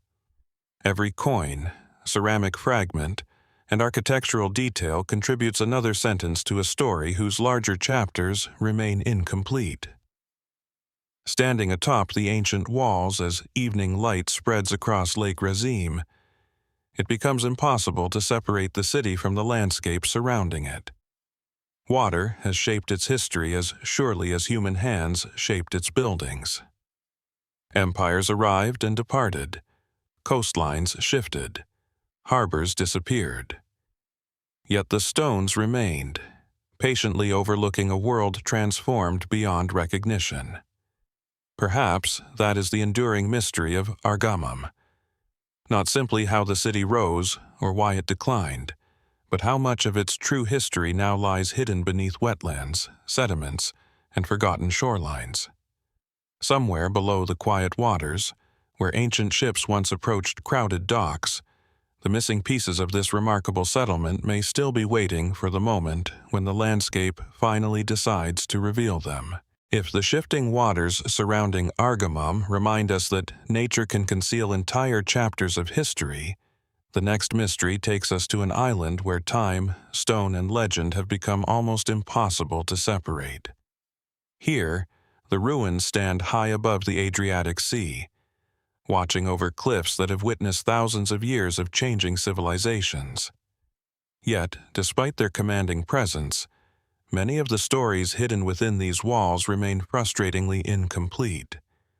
On the island of Ahvar, off the coast of modern Croatia, the ancient settlement of Varvaria occupies a rocky plateau overlooking fertile plains, winding valleys, and the shimmering Adriatic beyond. The climb toward the ruins is quiet. Olive trees, wild herbs, and scattered pines cover the surrounding slopes, while dry limestone reflects the Mediterranean sunlight with almost blinding brightness. From the summit, the landscape unfolds in every direction, revealing why ancient communities regarded this hill as an ideal place to build. The remains appear gradually. Fragments of massive defensive walls emerge from the vegetation. Stone terraces descend the hillside. Foundations of homes, streets, and public spaces outline a settlement that once overlooked both inland routes and maritime approaches.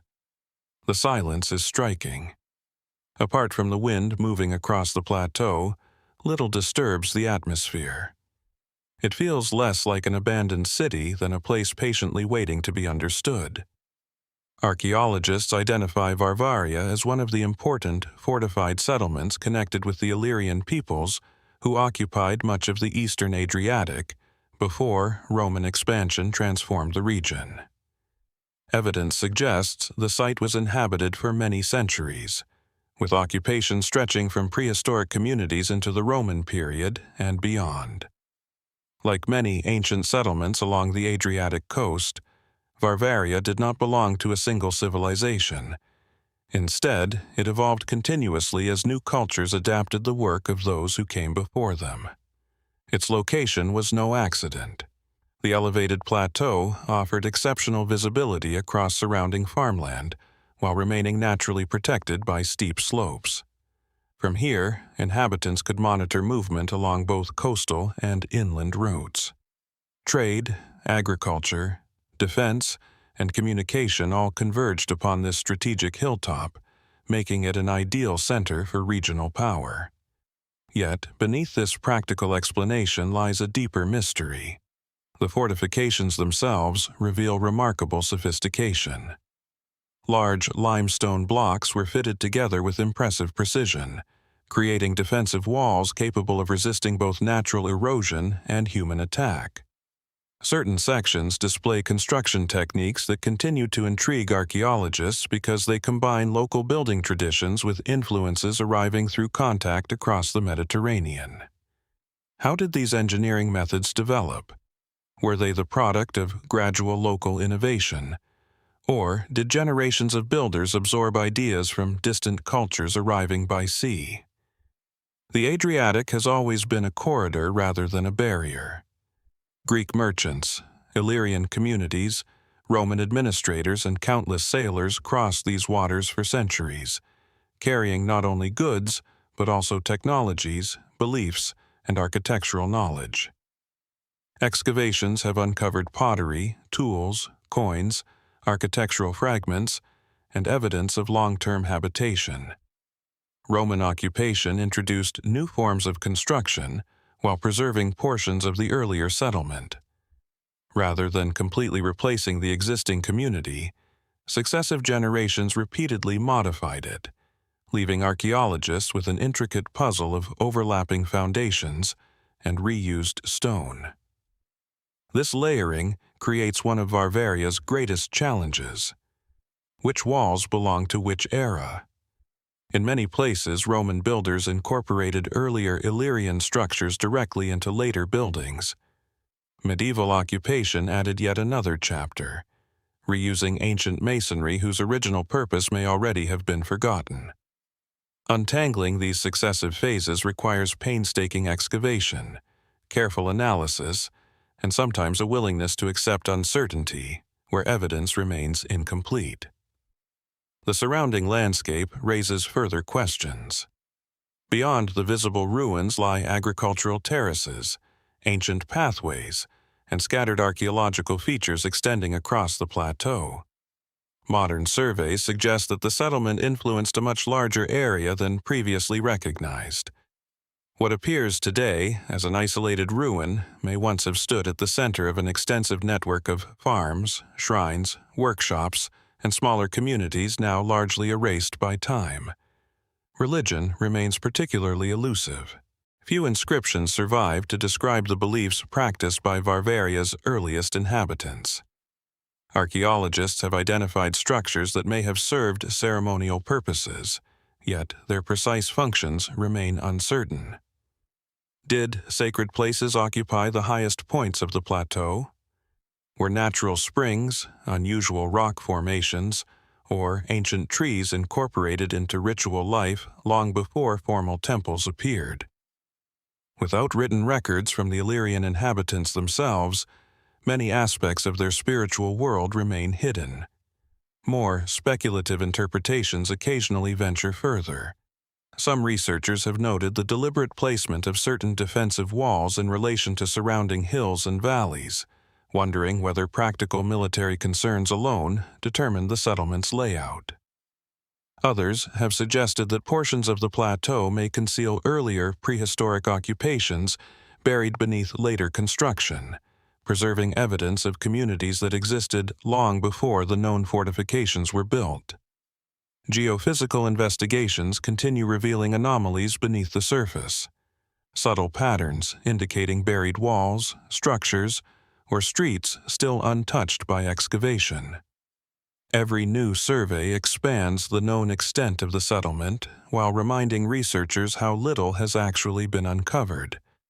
The island itself contributes another dimension to the mystery.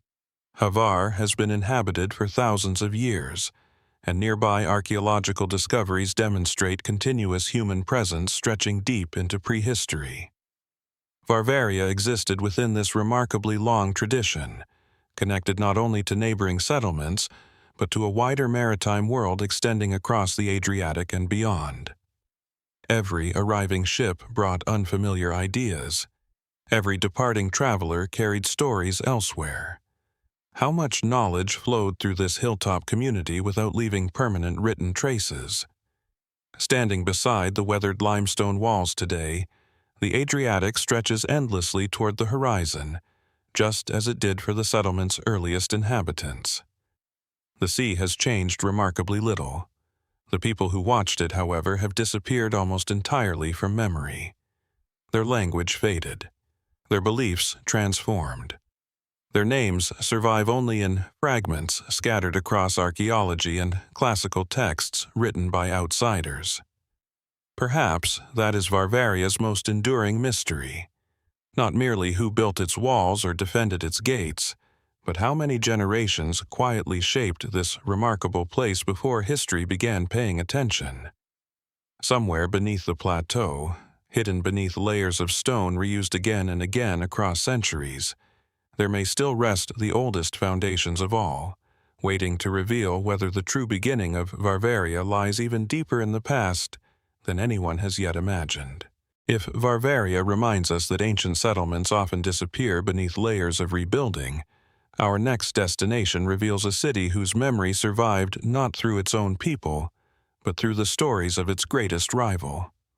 Just a short distance north of modern Rome lies a place where history, legend, and archaeology overlap so closely that separating one from the other has become a mystery in itself.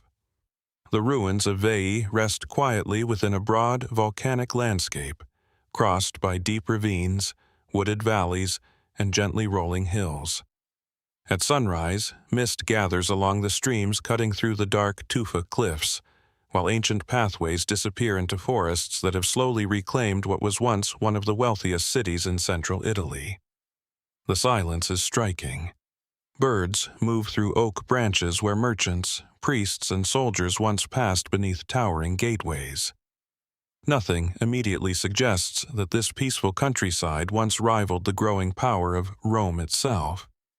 Yet, more than 25 centuries ago, Veii stood among the greatest cities of the Etruscan world.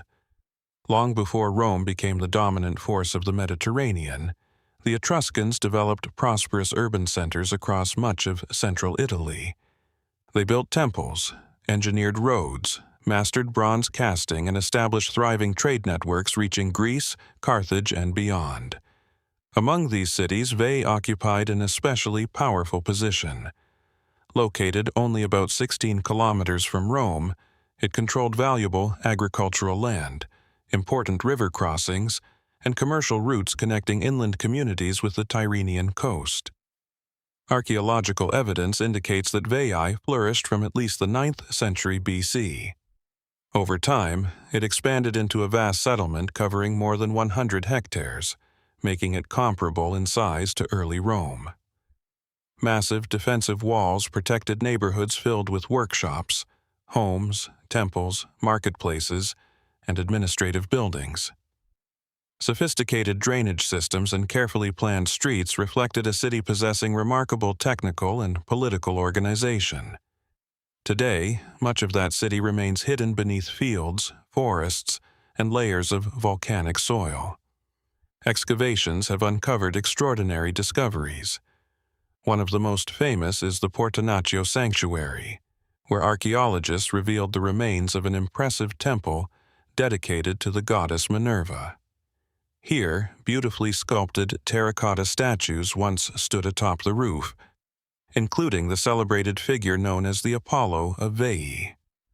Unlike the white marble sculptures often associated with classical antiquity, these vividly painted terracotta masterpieces demonstrate the extraordinary artistic achievements of the Etruscans, whose influence shaped much of early Roman culture.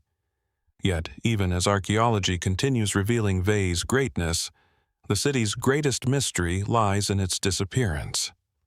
According to Roman tradition, Veii resisted Rome through a legendary conflict lasting 10 years. Ancient historians, particularly Livy, describe a prolonged siege ending around 396 BC, when Roman forces under Marcus Furius Camillus captured the city through a tunnel excavated beneath its defenses. The account has often been compared to the legendary fall of Troy, complete with dramatic strategy, heroic leaders, and divine intervention. But how much of this story is history, and how much reflects later Roman storytelling? Modern archaeology confirms that Veii did fall under Roman control during the late 5th or early 4th century BC. However, the precise details remain uncertain. Evidence of conflict exists, yet the famous tunnel described by Roman writers has never been conclusively identified as the decisive route of conquest. Some archaeologists believe elements of the traditional narrative were shaped to glorify Rome's rise rather than preserve objective historical events. The truth may lie somewhere between archaeology and legend. The city's underground landscape deepens the intrigue. Veii sits atop soft volcanic tufa, a stone easily carved using ancient tools. Over centuries, inhabitants excavated an extensive network of roads, drainage channels, quarries, cisterns, and tunnels beneath the surface. Some passageways carried water. Others connected different districts. Deep ceremonial tombs were also carved into the surrounding cliffs, creating a hidden world almost equal in complexity to the city above. How much of this underground network has yet to be explored? Even today, new sections continue to be documented, while portions remain inaccessible due to collapse or flooding. Every tunnel raises the possibility that additional structures still survive beneath the landscape, preserved by centuries of volcanic sediment. Religion forms another layer of mystery. The Etruscans possessed one of the ancient world's most sophisticated religious traditions. They believed divine messages could be interpreted through lightning, the flight of birds, and the examination of sacrificial animals. Priests developed complex systems for understanding the will of the gods, influencing political decisions as well as daily life. Yet much of this knowledge has disappeared. Although thousands of Etruscan inscriptions survive, the language remains only partially understood. Scholars can read many individual words because the alphabet resembles early Greek, but understanding longer religious or literary texts remains far more difficult. As a result, many rituals practiced in Veii remain known only through Roman descriptions written centuries later. What beliefs filled the temples whose walls have long since collapsed? What ceremonies unfolded beneath the terracotta statues now displayed in museums? Archaeology reveals where people worshipped, but rarely explains what they believed. The necropolises surrounding Veii offer another remarkable glimpse into its forgotten world. Hundreds of rock-cut tombs extend beyond the city limits, many containing elaborate chambers designed to resemble houses for the dead. Painted walls, carved furniture, pottery, jewelry, weapons, and luxury goods accompanied the deceased into the afterlife, reflecting a society that viewed death not as an ending, but as a continuation of existence in another realm. Still, many tombs remain unopened. Some were hidden by landslides. Others lie beneath farmland or dense woodland. Modern technologies such as ground-penetrating radar continue identifying possible burial chambers beneath the surface, suggesting that countless discoveries remain untouched. Beyond mainstream archaeology, more speculative ideas occasionally emerge. Some researchers have suggested that Veii's sacred spaces were deliberately aligned with astronomical events or prominent features of the surrounding volcanic landscape. Others wonder whether the city's extensive underground passages served ceremonial purposes in addition to practical ones, symbolizing journeys between the worlds of the living and the dead. While evidence for these interpretations remains inconclusive, they continue attracting interest because the Etruscan worldview placed extraordinary importance on symbolism and sacred geography. Perhaps the most intriguing mystery is cultural rather than archaeological. Rome eventually absorbed Veii, incorporating many aspects of Etruscan engineering, religion, architecture, and political organization into its own expanding civilization. In a sense, Veii never entirely disappeared. Its influence survived inside the culture that conquered it. Yet, because Roman history dominated later generations, the independent identity of Veii slowly faded into the background, remembered largely as the defeated rival, rather than as a remarkable civilization in its own right. Standing among the weathered foundations today, surrounded by forests that conceal far more than they reveal, it becomes difficult to imagine the bustling city that once stood here. The silence feels deceptive. Beneath every layer of soil may rest another workshop, another temple, another forgotten inscription capable of reshaping what we know about the Etruscans and the origins of ancient Italy. And perhaps that is the greatest mystery Veii still guards. Was it merely the city Rome conquered, or was it the keeper of ideas, beliefs, and knowledge that history has only partially recovered? Somewhere beneath the volcanic earth, where untouched chambers and buried streets continue sleeping in darkness, the missing chapters of one of Europe's most influential civilizations may still be waiting for the moment they are finally brought back into the light. If Veii reminds us that powerful civilizations can survive only as echoes within the cultures that replaced them, our journey now follows the western coast of Italy to another forgotten city. Here, overlooking the glittering Tyrrhenian Sea, a remarkably preserved settlement stands almost exactly where its builders left it. Its walls still encircle empty streets, its temples still dominate the skyline, and yet one question continues to puzzle archaeologists. Why did such a carefully planned city repeatedly flourish, decline, and nearly disappear? Perched on a rocky hill above the Mediterranean lies the archaeological site of Cosa. From its elevated position, the view stretches across the coastline, where waves roll steadily toward ancient cliffs and distant islands fade into the horizon. The sea breeze carries the scent of salt through weathered stone walls that have stood for more than 2,000 years. Wild grasses grow between the paving stones, while olive trees and Mediterranean shrubs soften the outlines of temples, houses, and public buildings. Unlike many ancient cities swallowed by modern development, Cosa remains astonishingly open, allowing visitors to walk its streets with surprisingly little interruption from the present.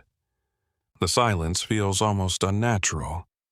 The city appears complete enough that one expects voices to return at any moment. Cosa was founded by the Roman Republic in 273 BC after Rome secured control over this section of the Etruscan coastline. Rather than growing gradually from an older settlement, it was established as a Roman colony, strategically positioned to strengthen Rome's influence along the Tyrrhenian Sea. Veterans and settlers were granted land here, creating a fortified community that combined military security with agricultural opportunity and maritime trade. Its design reflected careful planning from the very beginning. Massive, polygonal stone walls, extending for nearly 1.5 kilometers, enclosed the city with remarkable precision. Constructed from enormous limestone blocks fitted together without mortar, the fortifications continue to impress engineers today. Their sheer scale recalls the so-called Cyclopean masonry seen at other ancient sites, where immense stones seem almost impossibly balanced through careful craftsmanship alone. Within those walls, the city followed an orderly layout.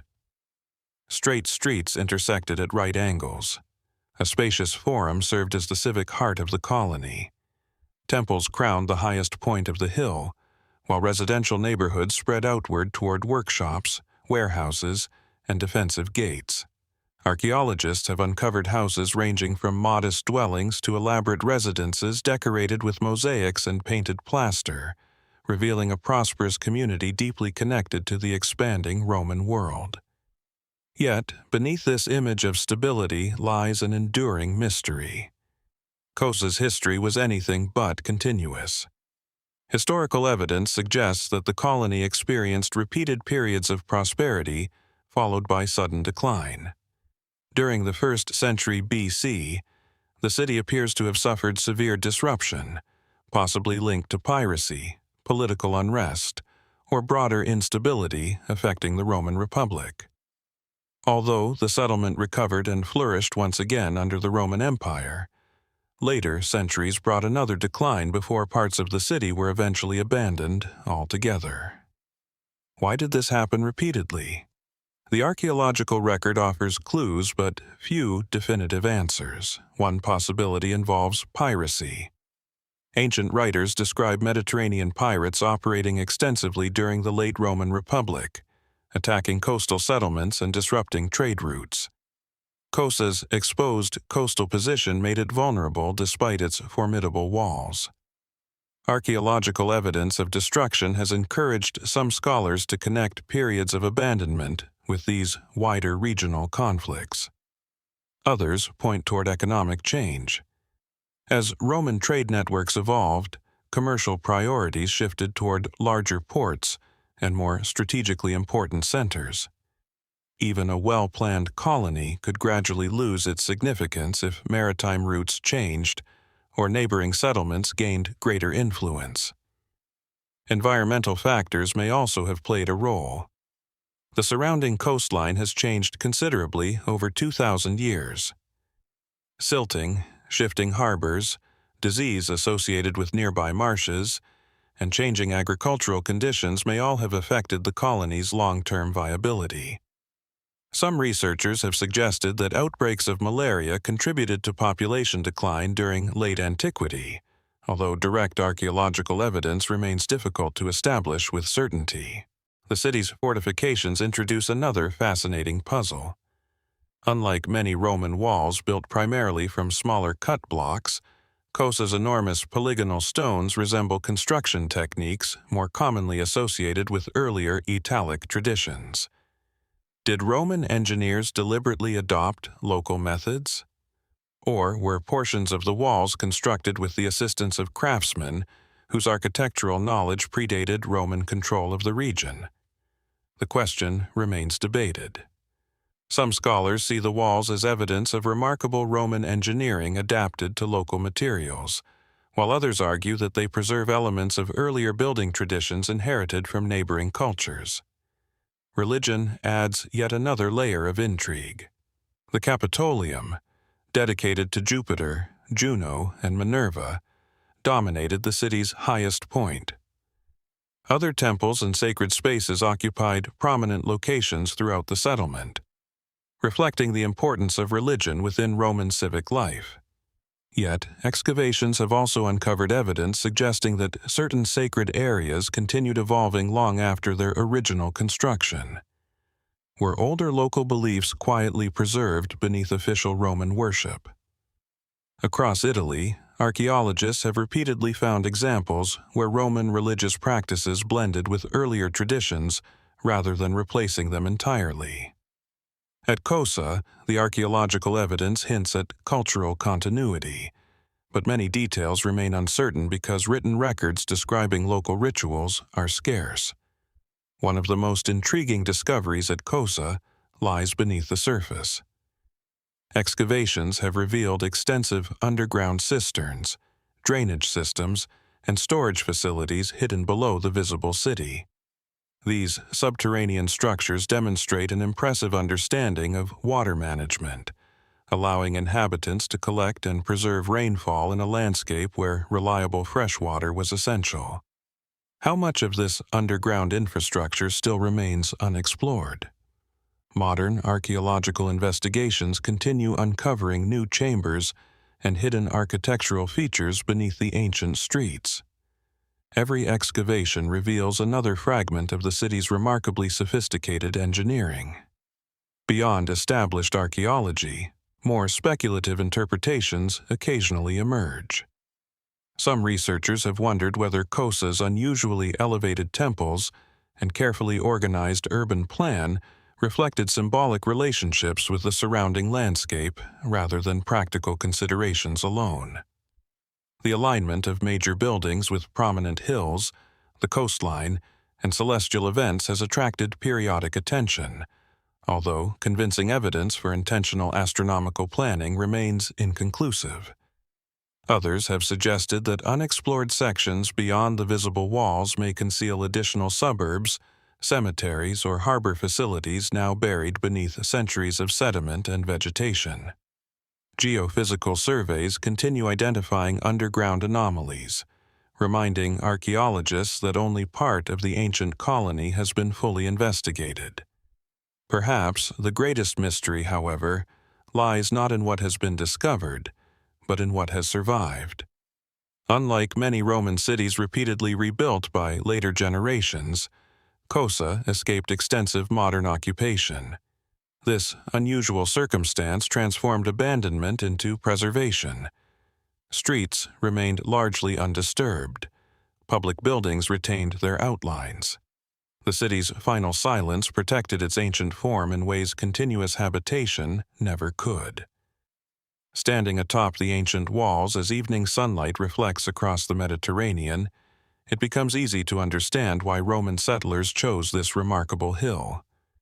The landscape appears almost timeless. Waves continue breaking against the coastline exactly as they did more than 2 millennia ago. Yet the people who planned this city, defended its gates, worshipped in its temples, and watched ships approach its shores have long since disappeared. Their carefully ordered world still waits among the stones, preserved with extraordinary clarity, yet withholding its deepest secrets. and perhaps somewhere beneath the untouched layers of earth surrounding Cosa, another hidden street, another forgotten sanctuary, or another unexplored chamber quietly holds the missing piece of a story that has remained incomplete since the ancient city first fell silent. If the abandoned streets of Cosa remind us that entire cities can survive almost untouched by time, the next mystery presents something even more elusive. There is no grand temple here, no towering fortress, no royal palace waiting to be uncovered. Instead, an immense line of stone stretches across the barren hills of southern Jordan, so subtle that for centuries it escaped serious attention. It is visible most clearly not from the ground, but from the sky, where its astonishing scale finally becomes apparent. Even today, no one can say with confidence who built it, when it was completed, or why it was ever needed. Across the rugged highlands east of the Dead Sea, the Khatt Shebib wall snakes across the landscape for nearly 150 kilometers. From above, it resembles a pale thread stitched across dark hills, dry valleys, and windswept plateaus. On the ground, however, it often appears surprisingly modest. Built primarily from local stones gathered from the surrounding terrain, the wall rarely rises above waist height. In many places it has partially collapsed, blending almost seamlessly into the rocky desert. A traveler could walk beside it without immediately realizing they were following one of the Middle East's longest ancient structures. Its quiet appearance only deepens the mystery. Unlike monumental walls built to impress, Khatt Shebib seems almost deliberately understated. The first detailed recognition of the structure came during aerial surveys in the 20th century, when pilots noticed an unusually long linear feature extending across the Jordanian plateau. Subsequent archaeological investigations confirmed that this was not a natural formation, but a carefully constructed wall accompanied by hundreds of small towers, enclosures, and stone features scattered along its length. The discovery immediately raised a fundamental question. Who would invest such enormous effort into building a wall that appears too low to stop an army?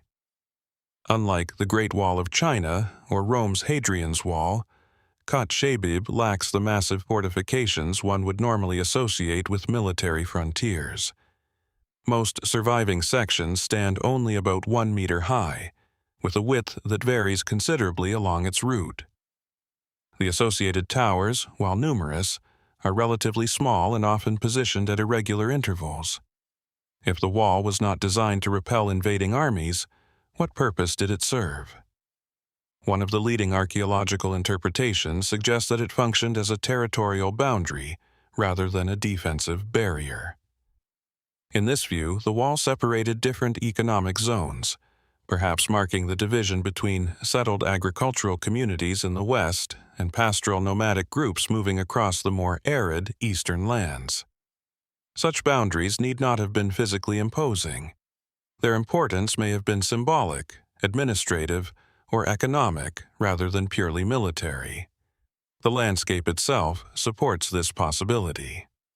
West of the wall, rainfall becomes more reliable, supporting farming and permanent settlements. Eastward, the terrain grows increasingly dry, favoring seasonal grazing and mobile pastoralism.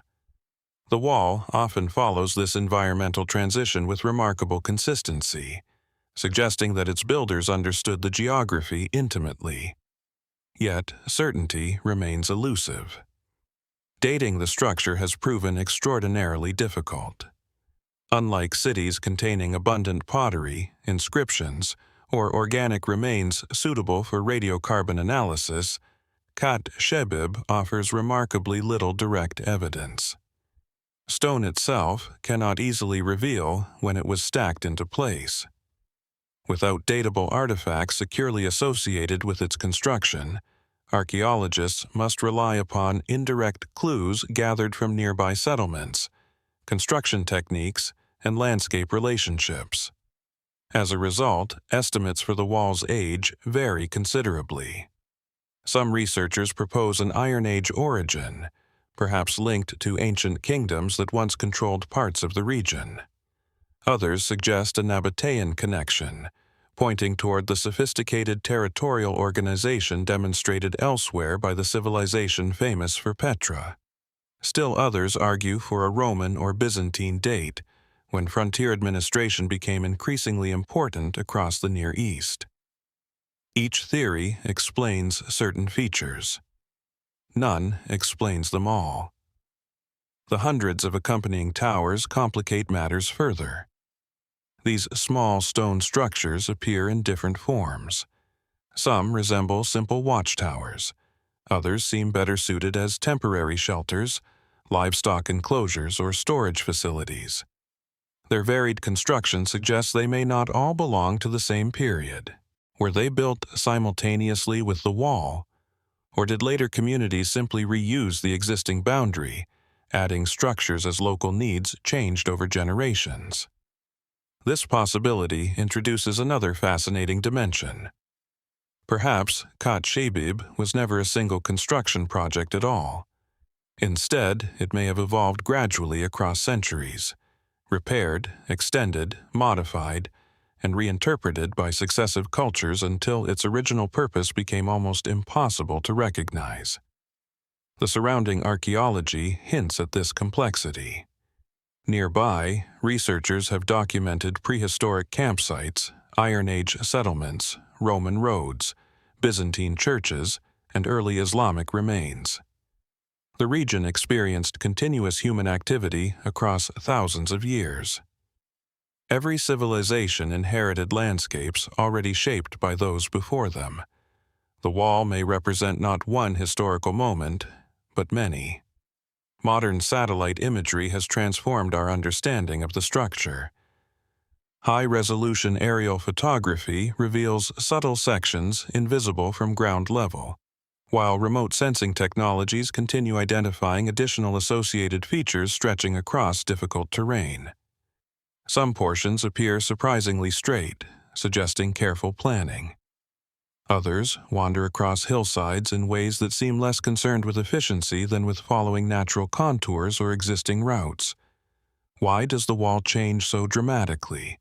Did different construction teams build separate sections? Were changing landscapes responsible? Or do these variations reflect entirely different phases of construction separated by centuries? Beyond mainstream archaeology, more speculative ideas occasionally emerge. Some have suggested the wall formed part of a vast communication network linking distant communities through visual signaling. Others imagine it marking sacred territories whose significance has long since disappeared. A few have proposed astronomical alignments or ceremonial processional routes, although current archaeological evidence offers little support for such interpretations. Still, the sheer scale of the wall encourages imagination. It stretches farther than many ancient monuments far better known to history. Yet, comparatively few people have ever heard of it. Another mystery concerns labor itself. Even a relatively low wall extending 150 kilometers required enormous effort. Countless stones had to be gathered, transported, and carefully positioned across rugged terrain. Hundreds, perhaps thousands of workers must have participated over extended periods. Who organized such an undertaking? A powerful kingdom, regional communities cooperating voluntarily, local clans responding to environmental pressures? Without inscriptions, official records, or historical accounts describing its construction, the builders remain anonymous. Perhaps they intended it that way. Standing beside Khatt Shebib today, the wall rarely inspires awe through its height. Instead, it evokes something quieter and more unsettling. It simply continues, disappearing over one ridge after another, until the horizon swallows it completely. There is no obvious beginning, no dramatic ending, just an endless line crossing empty landscapes where the wind has erased almost every other trace of the people who once lived here. Its greatest mystery may be psychological as much as archaeological. Modern observers naturally expect monumental architecture to proclaim power, wealth, or military dominance. Khatt Shebib does none of these things.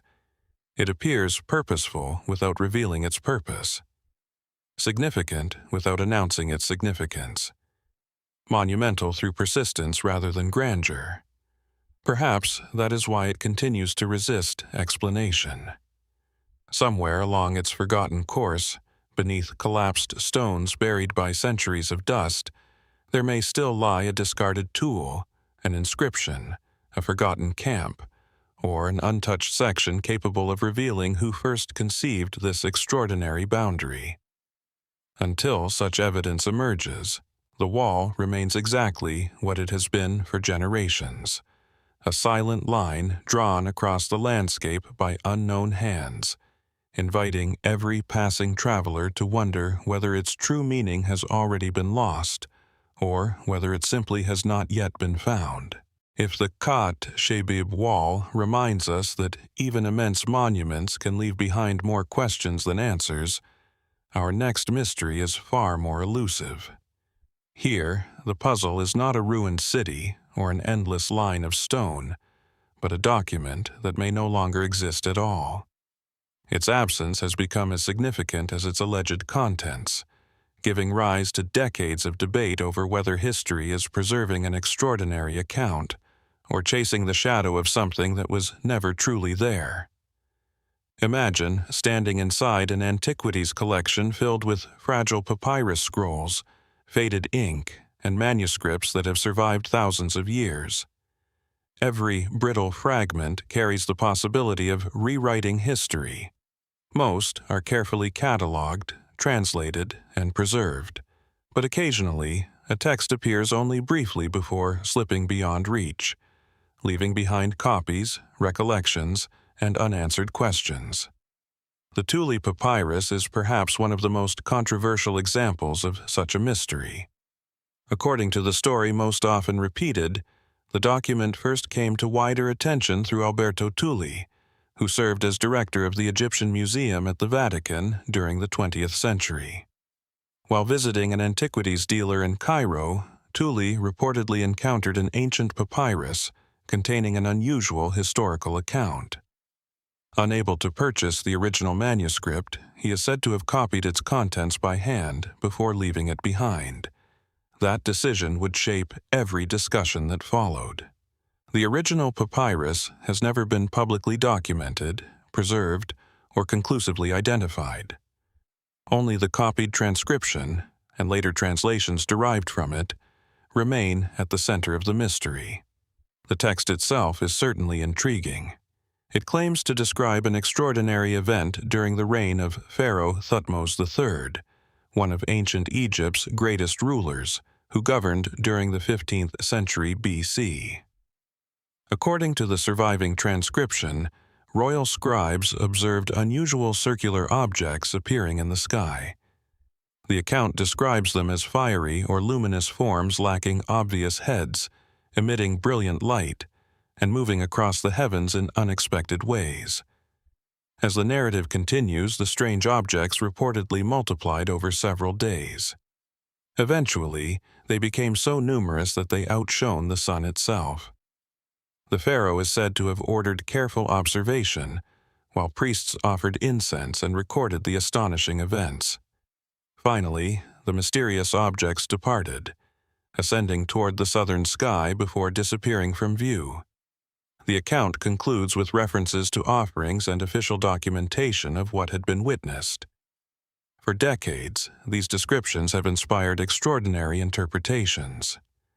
Some readers immediately connected the narrative with unidentified flying objects, proposing that the text preserved one of humanity's oldest recorded encounters with unexplained aerial phenomena. Others suggested the events represented comets, meteors, atmospheric optics, rare celestial alignments, or unusual weather conditions observed through the worldview of ancient Egyptian scribes. Yet, before asking what the text describes, an even more fundamental question demands attention. Did the Tulli Papyrus ever exist in the form claimed? This is where the mystery becomes significantly more complicated. Despite extensive interest, no verified original papyrus matching the famous account has ever been located. The manuscript itself has never entered a recognized museum collection, undergone scientific dating, or been examined directly by Egyptologists using modern analytical techniques. Everything depends upon secondary copies. That limitation has encouraged considerable skepticism among scholars. Several Egyptologists have examined the surviving transcription and noted linguistic features that appear unusual for an authentic New Kingdom Egyptian text. Certain grammatical constructions, vocabulary choices, and stylistic elements have led some specialists to question whether the surviving version accurately reflects an ancient original or whether errors entered the text during copying, translation, or later interpretation. Others raise practical concerns. Without the original manuscript, there is no way to examine the papyrus material, handwriting, ink composition, or archaeological context. Such evidence normally forms the foundation for authenticating ancient documents. In the case of the Tulli Papyrus, that foundation is missing. Still, uncertainty does not necessarily prove fabrication. History contains numerous examples of ancient works surviving only through copies made centuries after the originals disappeared. Classical literature, religious writings, and historical chronicles often reach the modern world through complicated chains of transcription rather than preserved originals. Could the Tulli account belong to that tradition? Or did mistakes accumulate until the surviving version no longer accurately reflects whatever Tulli may actually have copied? Another intriguing possibility involves translation itself. Ancient Egyptian writing frequently employs symbolic, poetic, and metaphorical language. Expressions describing divine signs, celestial phenomena, or unusual natural events may appear startling when translated literally into modern languages. Words intended to describe sacred omens or atmospheric conditions can easily acquire entirely different meanings outside their original cultural context. This raises an important question. If ancient scribes witnessed an unfamiliar natural phenomenon, how would they have described it?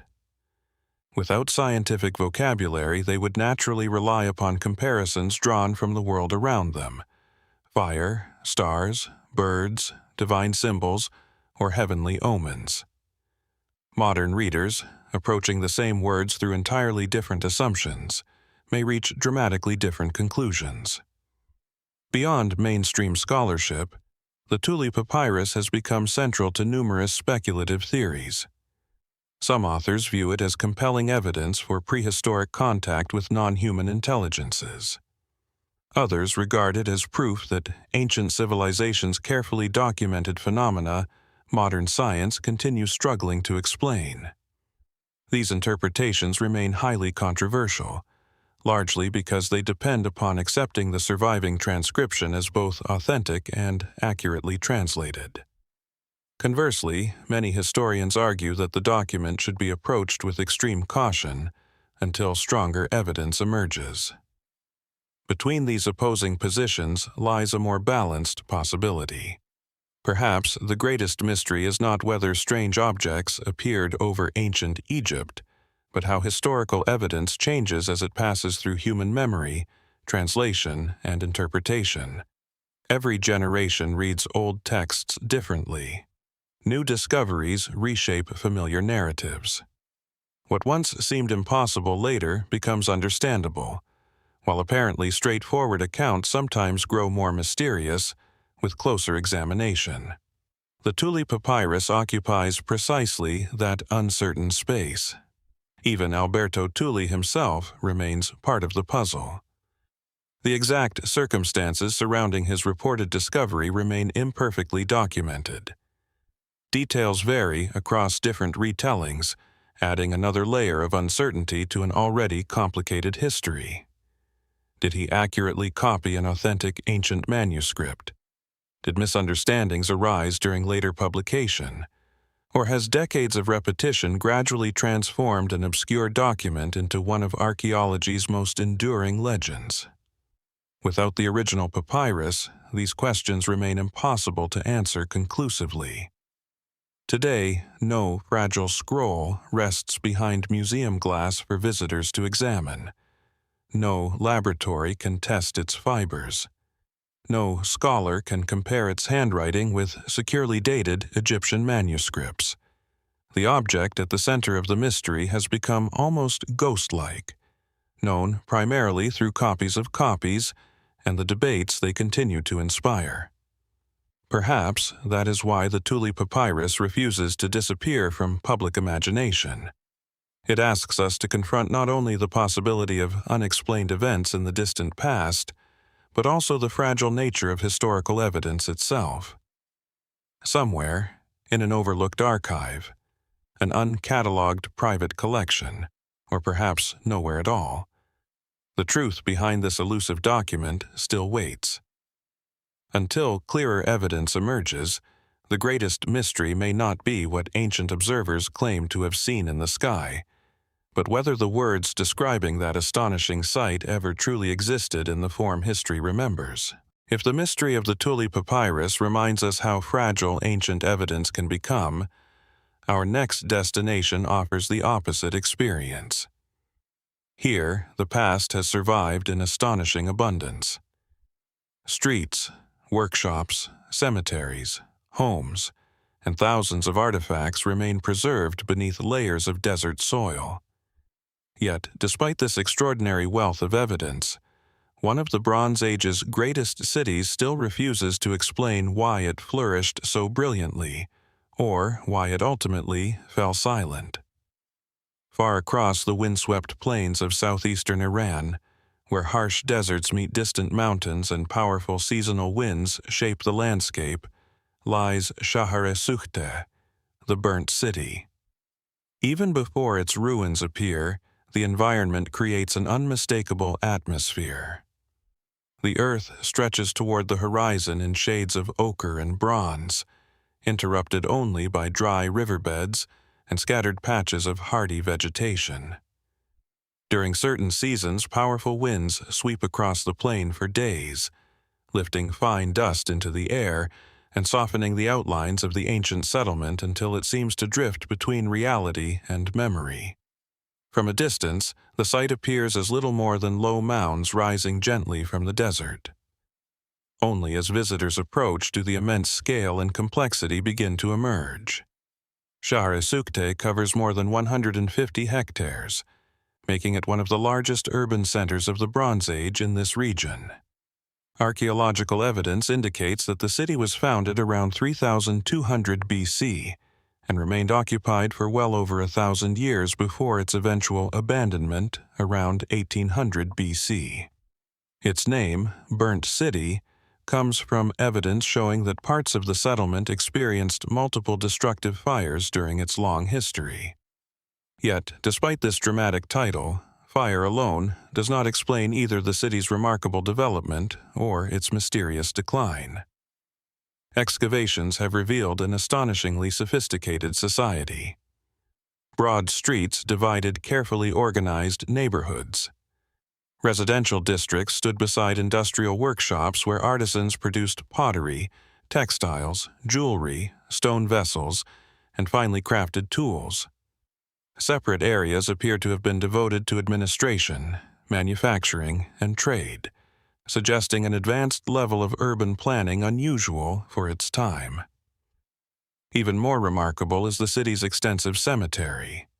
Containing thousands of burials, it provides archaeologists with an extraordinary opportunity to reconstruct the daily lives, health, occupations, and beliefs of the people who once lived here. Grave goods vary widely, reflecting differences in wealth, status, and perhaps profession. Delicate ornaments, decorated ceramics, gaming pieces, cosmetic containers, and beautifully carved objects accompany many of the dead, offering intimate glimpses into a civilization whose written language remains largely unknown. Among the discoveries, a few stand apart for their extraordinary nature. One burial contained what is widely regarded as the earliest known artificial eyeball ever discovered. Carefully crafted from lightweight material and decorated with intricate details, the prosthetic eye appears to have been worn by a woman during her lifetime. Fine perforations suggest it was secured with thread, while microscopic analysis indicates prolonged use. The craftsmanship is astonishing. Who possessed the medical knowledge required to create such an object over 4,000 years ago? Nearby, archaeologists uncovered another remarkable artifact, a painted pottery vessel whose sequential images create the illusion of movement when rotated. A goat appears to leap upward toward a tree, producing what many describe as one of humanity's earliest known examples of animation. These discoveries hint at extraordinary creativity, yet they also deepen the mystery. How did such advanced craftsmanship emerge within a civilization that remains comparatively unfamiliar outside archaeological circles? Trade provides part of the answer. Evidence demonstrates that Shahr-e Sukhteh occupied a strategic position connecting Mesopotamia, the Indus Valley, Central Asia, and the Iranian Plateau. Materials recovered during excavation include lapis lazuli from Afghanistan, shells originating from distant coastlines, and other imported goods traveling hundreds or even thousands of kilometers before reaching the city. The burnt city was not isolated. It stood at the center of an immense network linking some of the Bronze Age's greatest civilizations. Even so, many aspects of its political organization remain uncertain. Unlike neighboring cultures that left extensive written records, Shahr-e Sukhteh has not yielded inscriptions capable of explaining its rulers, institutions, or historical events. Archaeologists reconstruct its story primarily through architecture, artifacts, environmental evidence, and burial practices. Every discovery answers one question while creating several more. The city's eventual decline remains especially enigmatic. Unlike settlements destroyed by a single catastrophic invasion, Shahr-e Sukhteh appears to have experienced a more gradual process of abandonment. Environmental changes likely played an important role. Geological studies indicate that shifts in regional river systems may have disrupted agriculture and water supplies upon which the city's population depended. As rivers changed course, prosperity may have slowly faded. Climate fluctuations, prolonged drought, declining trade, or combinations of multiple pressures have all been proposed as contributing factors. Yet no single explanation fully accounts for the evidence. The repeated fires add another layer of uncertainty. Were they accidental? Perhaps resulting from densely packed mud brick buildings and industrial workshops? Did conflict contribute? Or were some fires connected with deliberate rebuilding following periods of destruction? Archaeological layers preserve traces of burning, but not always the circumstances that caused it. Human remains recovered from the cemetery introduce still more intriguing questions. Some skeletons reveal evidence of surgery, healed injuries, and surprisingly advanced medical treatment. Others show signs of physically demanding occupations or diseases reflecting the challenges of urban life. Together, they reveal a society possessing practical knowledge that continues to impress modern researchers. What traditions of medicine, engineering, and craftsmanship have disappeared simply because no written manuals survived? Beyond mainstream archaeology, Shahr-e Sukhteh occasionally inspires more speculative interpretations. Its unexpectedly advanced discoveries, including the artificial eye, sophisticated surgery, and animated pottery, have led some to wonder whether the city's technological achievements exceeded what is commonly assumed about Bronze Age societies. Others suggest that only a small fraction of the settlement has been thoroughly excavated, leaving open the possibility that future discoveries could dramatically reshape our understanding of its social organization or scientific knowledge. These possibilities remain speculative. Yet the site itself encourages such curiosity. Even after decades of excavation, large portions of the city remain buried beneath desert sediments. Beneath those untouched mounds may lie additional workshops, residences, administrative buildings, or artifacts unlike anything yet discovered. As evening approaches, the desert wind once again begins moving across the abandoned streets. Dust settles gently over walls that once echoed with conversation, commerce, and craftsmanship. The city appears peaceful now, but its silence conceals thousands of individual lives woven together into one of the Bronze Age's most remarkable urban experiments. Perhaps that is the true mystery of Shahr-e Sukhteh, not simply why it burned or why it was abandoned, but how a civilization capable of such extraordinary innovation could fade so completely from historical memory. Somewhere beneath the remaining desert sands, untouched rooms and forgotten graves may still preserve the missing chapters of the burnt city, waiting quietly for the moment when they can finally speak again.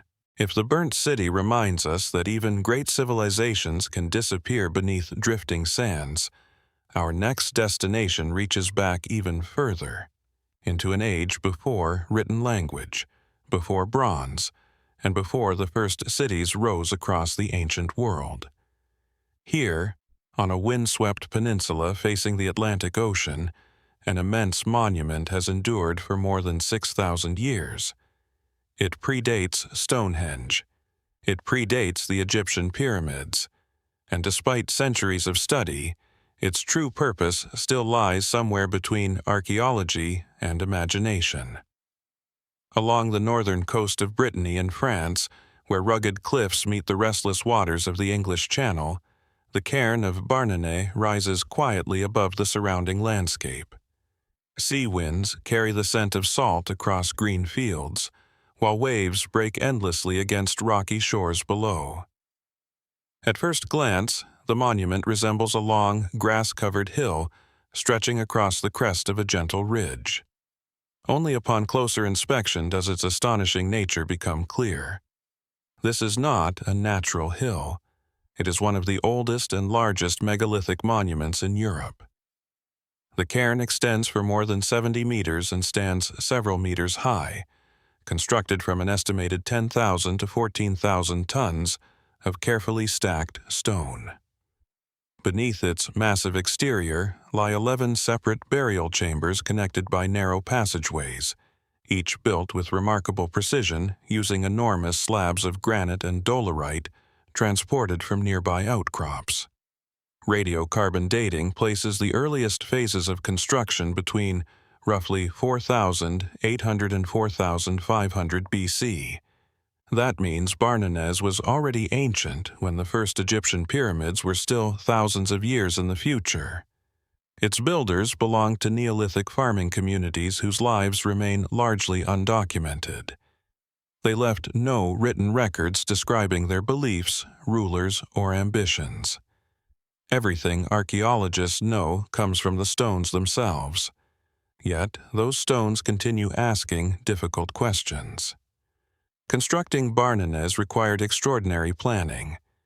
Thousands of heavy blocks had to be quarried, transported, shaped, and carefully positioned without metal tools, wheeled vehicles, or domesticated draft animals capable of hauling immense loads. The labor would have required coordination among large groups over extended periods, suggesting a society with sophisticated social organization long before conventional ideas of civilization usually begin. Who organized such an undertaking? What inspired generations of people to devote such effort to a monument whose purpose remains uncertain? The chambers themselves provide important clues. Each passage leads into a carefully built burial chamber formed by massive upright stones supporting corbelled roofs. Archaeologists have recovered fragments of pottery, polished stone axes, arrowheads, and human remains, confirming that at least part of the monument served funerary purposes. Yet Barnenez appears to have been far more than a cemetery. The monument was expanded in multiple construction phases.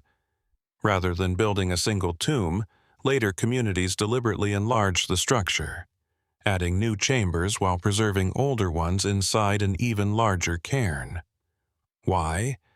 Was this simply a growing burial place serving successive generations? Or did the monument itself possess enduring sacred significance that transcended individual burials?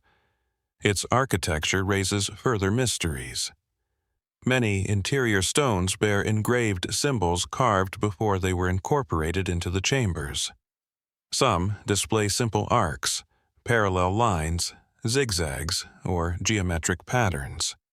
Others appear more complex, including shapes often interpreted as axes, bows, serpentine forms, or abstract representations whose meanings have long since been forgotten. These carvings remain among the oldest examples of monumental art in Western Europe. But what were they intended to communicate? Some archaeologists view them as symbolic expressions connected with death, ancestry, or religious belief. Others suggest they marked family groups, ritual identities, or territorial affiliations. Without written explanations, certainty remains beyond reach. Intriguingly, several decorated stones appear to have been reused. Evidence suggests that some engraved slabs originally belonged to earlier monuments before being incorporated into Barnenez during later construction. One particularly large stone shares carved motifs with fragments discovered elsewhere, leading researchers to propose that it may once have formed part of an even older megalithic structure deliberately dismantled and recycled. If true, this transforms Barnenez into something even more fascinating. Not simply a monument built once, but a place preserving memories of monuments that no longer exist. The surrounding landscape also seems carefully chosen. From the cairn, broad views extend across the coastline and surrounding countryside. The Atlantic dominates the northern horizon, while fertile valleys stretch inland behind the monument. Such positioning has encouraged researchers to consider whether the builders intentionally integrated Barnenez into a wider sacred landscape, rather than treating it as an isolated tomb. Astronomical possibilities inevitably enter the discussion. Some investigators have explored whether certain passageways align with sunrise or seasonal events, similar to patterns proposed at other Neolithic monuments. A handful of alignments appear suggestive, particularly involving light entering specific chambers during particular times of year. However, evidence remains debated. Given the monument's multiple construction phases and later alterations, distinguishing intentional astronomical design from coincidence is far from straightforward. Still, the possibility continues to intrigue both archaeologists and historians of ancient religion. Excavation history adds another remarkable chapter. During the 20th century, quarrying operations nearly destroyed large portions of the monument before archaeologists recognized its true significance. Stone was actively being removed for construction purposes when investigations revealed hidden chambers inside what had been mistaken for an ordinary rocky hill. Had quarrying continued only a little longer, one of Europe's greatest prehistoric monuments might have disappeared forever. Fortunately, excavation and restoration preserved much of the structure, although questions remain regarding which portions represent original construction and which reflect modern conservation. Beyond mainstream archaeology, Barnenez naturally attracts more speculative interpretations. Some have suggested that its immense scale reflects forgotten engineering knowledge exceeding what is normally attributed to Neolithic communities. Others imagine that the monument functioned not only as a burial complex, but also as a ceremonial center where seasonal gatherings united scattered farming populations. A few even propose that the engraved symbols preserve fragments of an early symbolic system predating formal writing. These ideas remain unproven, yet they reflect a broader truth. Barnenez demonstrates that prehistoric societies possessed levels of organization, architectural ability, and symbolic expression far richer than earlier generations once believed. As twilight settles across the Breton coast, the cairn seems to merge once again with the surrounding earth. Wind moves silently across the ancient stones just as it has for 6,000 years. Countless generations have passed. Languages have appeared and disappeared. Empires have risen and fallen. Through it all, the monument has remained, quietly overlooking the sea without revealing why its builders believed this place mattered so profoundly. Perhaps that is the enduring mystery of the Cairn of Barnenez. Was it simply a tomb built to honor the dead, or was it something far greater? A monument connecting the living, the ancestors, the landscape, and the heavens in ways modern archaeology can only begin to imagine. Somewhere within its silent chambers, behind carvings whose meanings have faded beyond memory, the oldest secrets of Europe's first monument builders may still be waiting to be understood. If the ancient chambers of Barnenez preserve whispers from Europe's earliest monument builders, the next mystery carries us into the heart of the Mediterranean, where another civilization raised enormous stone structures centuries before many of the great kingdoms of the ancient world had even emerged.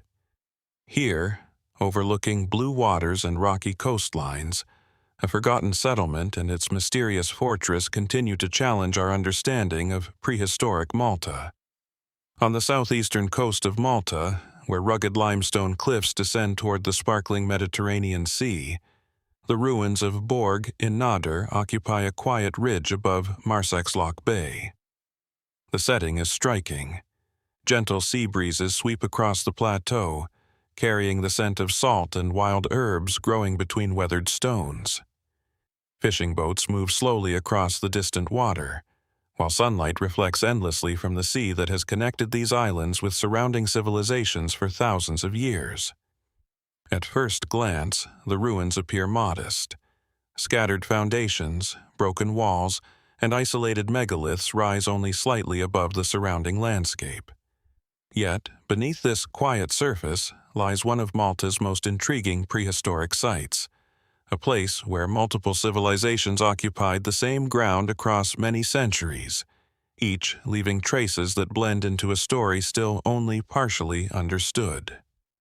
Borg in-Nadur was first occupied during Malta's remarkable temple period, when the islands became home to one of the world's most extraordinary megalithic cultures.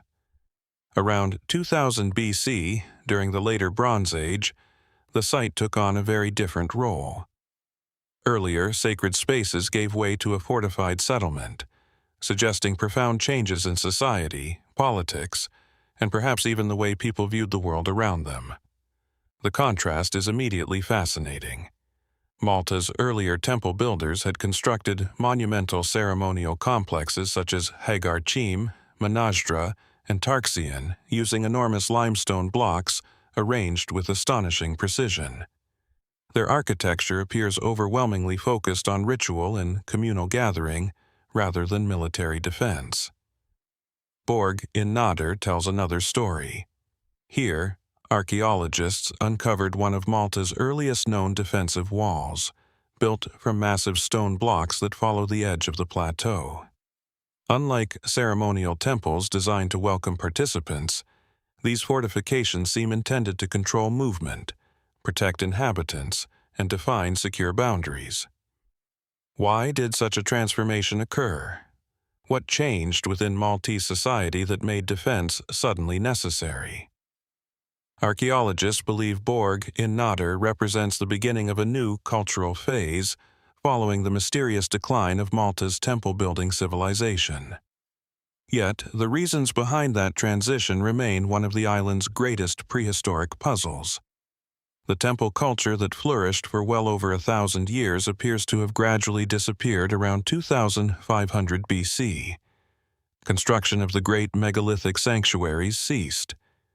Many ceremonial sites were abandoned. Long-standing traditions came to an end.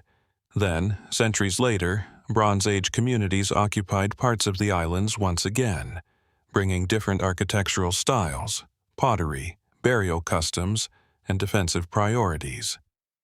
Were these entirely new populations arriving by sea? Did descendants of the earlier temple builders gradually adapt to changing circumstances? Or did environmental pressures fundamentally reshape the society already living there? Evidence exists for each possibility. None has fully resolved the mystery. Borg in-Nadur occupies an especially strategic position. From its elevated ridge, inhabitants could monitor both inland routes and maritime approaches across Marsakslok Bay. The surrounding coastline provided sheltered anchorages, while fertile land supported farming and animal husbandry. Such advantages made the location valuable not only economically but also strategically. Its defensive wall reflects careful planning. Built from enormous limestone blocks, portions of the fortification still survive despite thousands of years of weathering. Although not comparable in size to later medieval castles, the wall demonstrates a clear concern with protection and controlled access. Protection from whom? This remains uncertain. Some archaeologists propose increasing competition between local communities. Others suggest that expanding maritime networks brought greater contact with distant populations, introducing both opportunities for trade and new risks of conflict. The Mediterranean during the Bronze Age was becoming an increasingly interconnected world. Ideas, goods, technologies, and people moved between islands and coastlines with growing frequency. Borg in-Nadur may preserve archaeological evidence of these changing relationships. Excavations have uncovered pottery unlike that of Malta's earlier temple culture. Certain ceramic styles resemble material found elsewhere in the central Mediterranean, suggesting continuing contact with Sicily and neighboring regions. Bronze tools and ornaments also indicate technological developments unavailable during the earlier Neolithic period. Yet, despite these external influences, Borg in-Nadur retained distinctly local characteristics. Its builders adapted imported ideas without abandoning the island's own architectural traditions entirely. Religion presents another fascinating uncertainty. The remains include evidence of an earlier temple structure beneath later occupation layers, demonstrating that Bronze Age inhabitants deliberately settled beside, or directly upon, a place already considered significant by previous generations. Was this practical convenience? Or did they intentionally preserve a connection with an ancient sacred landscape whose original meaning had already begun to fade? Throughout history, new cultures frequently established settlements upon older ceremonial sites. Sometimes they sought continuity, sometimes legitimacy, sometimes simply the advantages of locations already recognized as important. At Borg in-Nadur, archaeology reveals the overlap. It does not fully explain it. Nearby discoveries deepen the mystery further. Just offshore lies the famous Qaryat landscape of Malta, parallel grooves carved into limestone whose purpose continues to puzzle researchers. Some of these ancient tracks extend toward the sea before disappearing beneath modern water levels. Although no direct evidence links the Qaryats with Borg in-Nadur, their proximity inevitably raises questions. Did the settlement participate in activities connected with these enigmatic features? Were ancient shorelines dramatically different from those visible today? Rising sea levels since prehistory have submerged portions of Malta's ancient coastline, leaving open the possibility that associated harbors, settlements, or ceremonial spaces now lie beneath the Mediterranean. Modern underwater archaeology continues exploring these possibilities. Geological studies suggest that coastlines have shifted significantly since the Bronze Age. What survives on land may represent only part of a much larger archaeological landscape. Beyond mainstream scholarship, Borg in-Nadur has naturally inspired more speculative interpretations. Some researchers have wondered whether the abrupt end of Malta's temple-building civilization reflects climatic instability, prolonged drought, disease, or social transformation far more complex than currently understood. Others have proposed that the islands experienced changing trade networks that gradually redirected economic activity elsewhere, weakening older institutions before entirely new communities emerged. The site's combination of temple remains, fortifications, imported pottery, and strategic positioning has encouraged broader questions about cultural continuity across prehistoric Malta. How much knowledge passed from one civilization to the next? How much disappeared forever? Even after more than a century of archaeological investigation, Borg in-Nadur continues yielding surprises. Excavation has uncovered only portions of the settlement, while surrounding fields still conceal buried architectural remains. Advanced survey techniques continue identifying subsurface anomalies suggesting additional walls, structures, and occupation areas waiting to be explored. Standing upon the ancient ridge as the sun begins to sink toward the Mediterranean horizon, it becomes remarkably easy to imagine generations of people watching the same sea.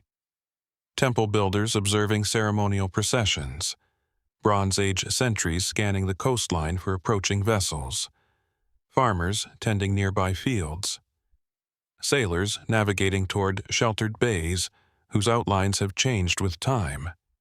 The sea remains constant. The civilizations have changed. Perhaps that is the deepest mystery of Borg in-Nadur. It occupies the meeting point between two very different worlds, one devoted to monumental ritual, the other increasingly shaped by defense, trade, and survival. Somewhere beneath its overlapping layers of stone, hidden between the foundations of temples and the walls of fortifications, may still lie the missing evidence explaining not only what happened here, but why one of Europe's most remarkable prehistoric civilizations quietly gave way to another, whose origins remain only partially understood.